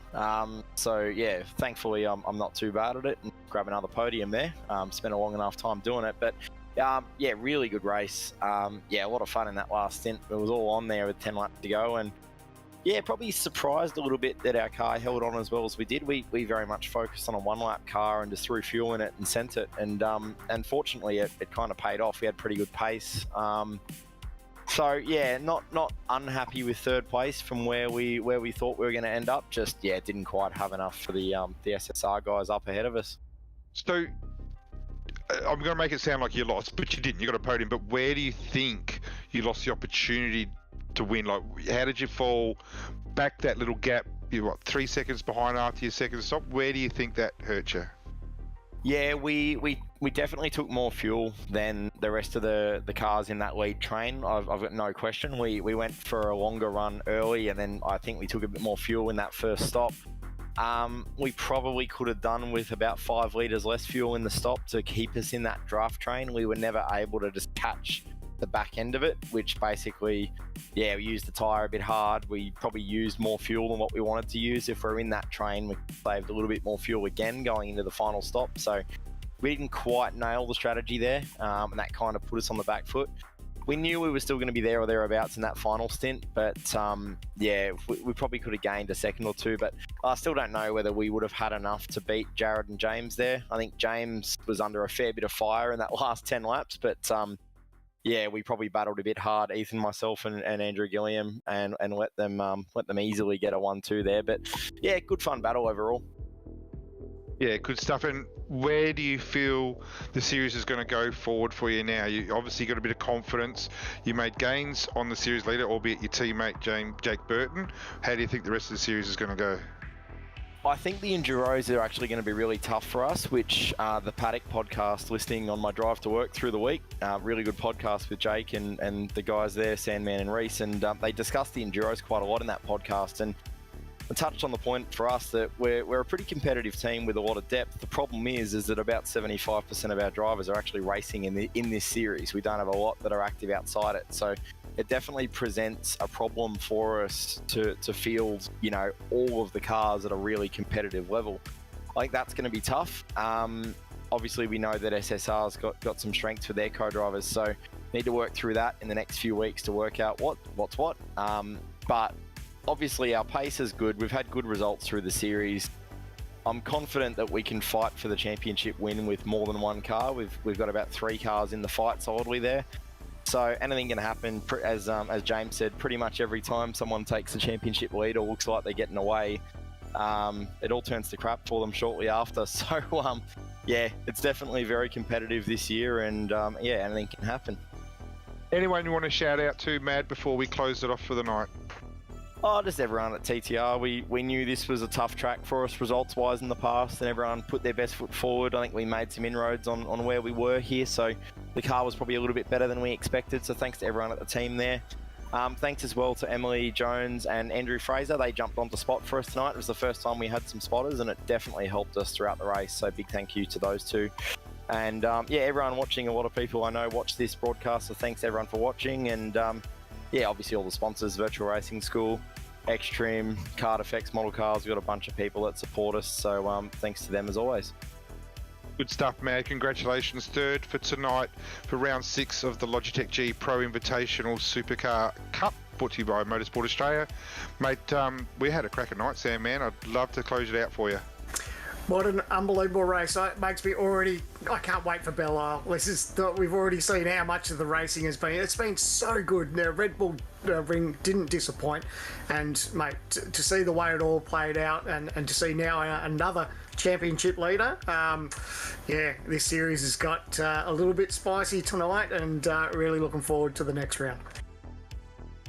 Yep, great stuff, Sam, man. Absolute pleasure working with you. I've actually had a good time. This hopefully my one-off appearance tonight. Hope things went well. Hope you can give me a good grade after this, Sam, man, when we talk privately. But I enjoyed that. Had a cracking time. Thanks to our sponsors, Logitech G, who, for the record, actually gave me a brand new Pro wheel this week, Sam, man, and I can tell you, it's a serious good bit of kit.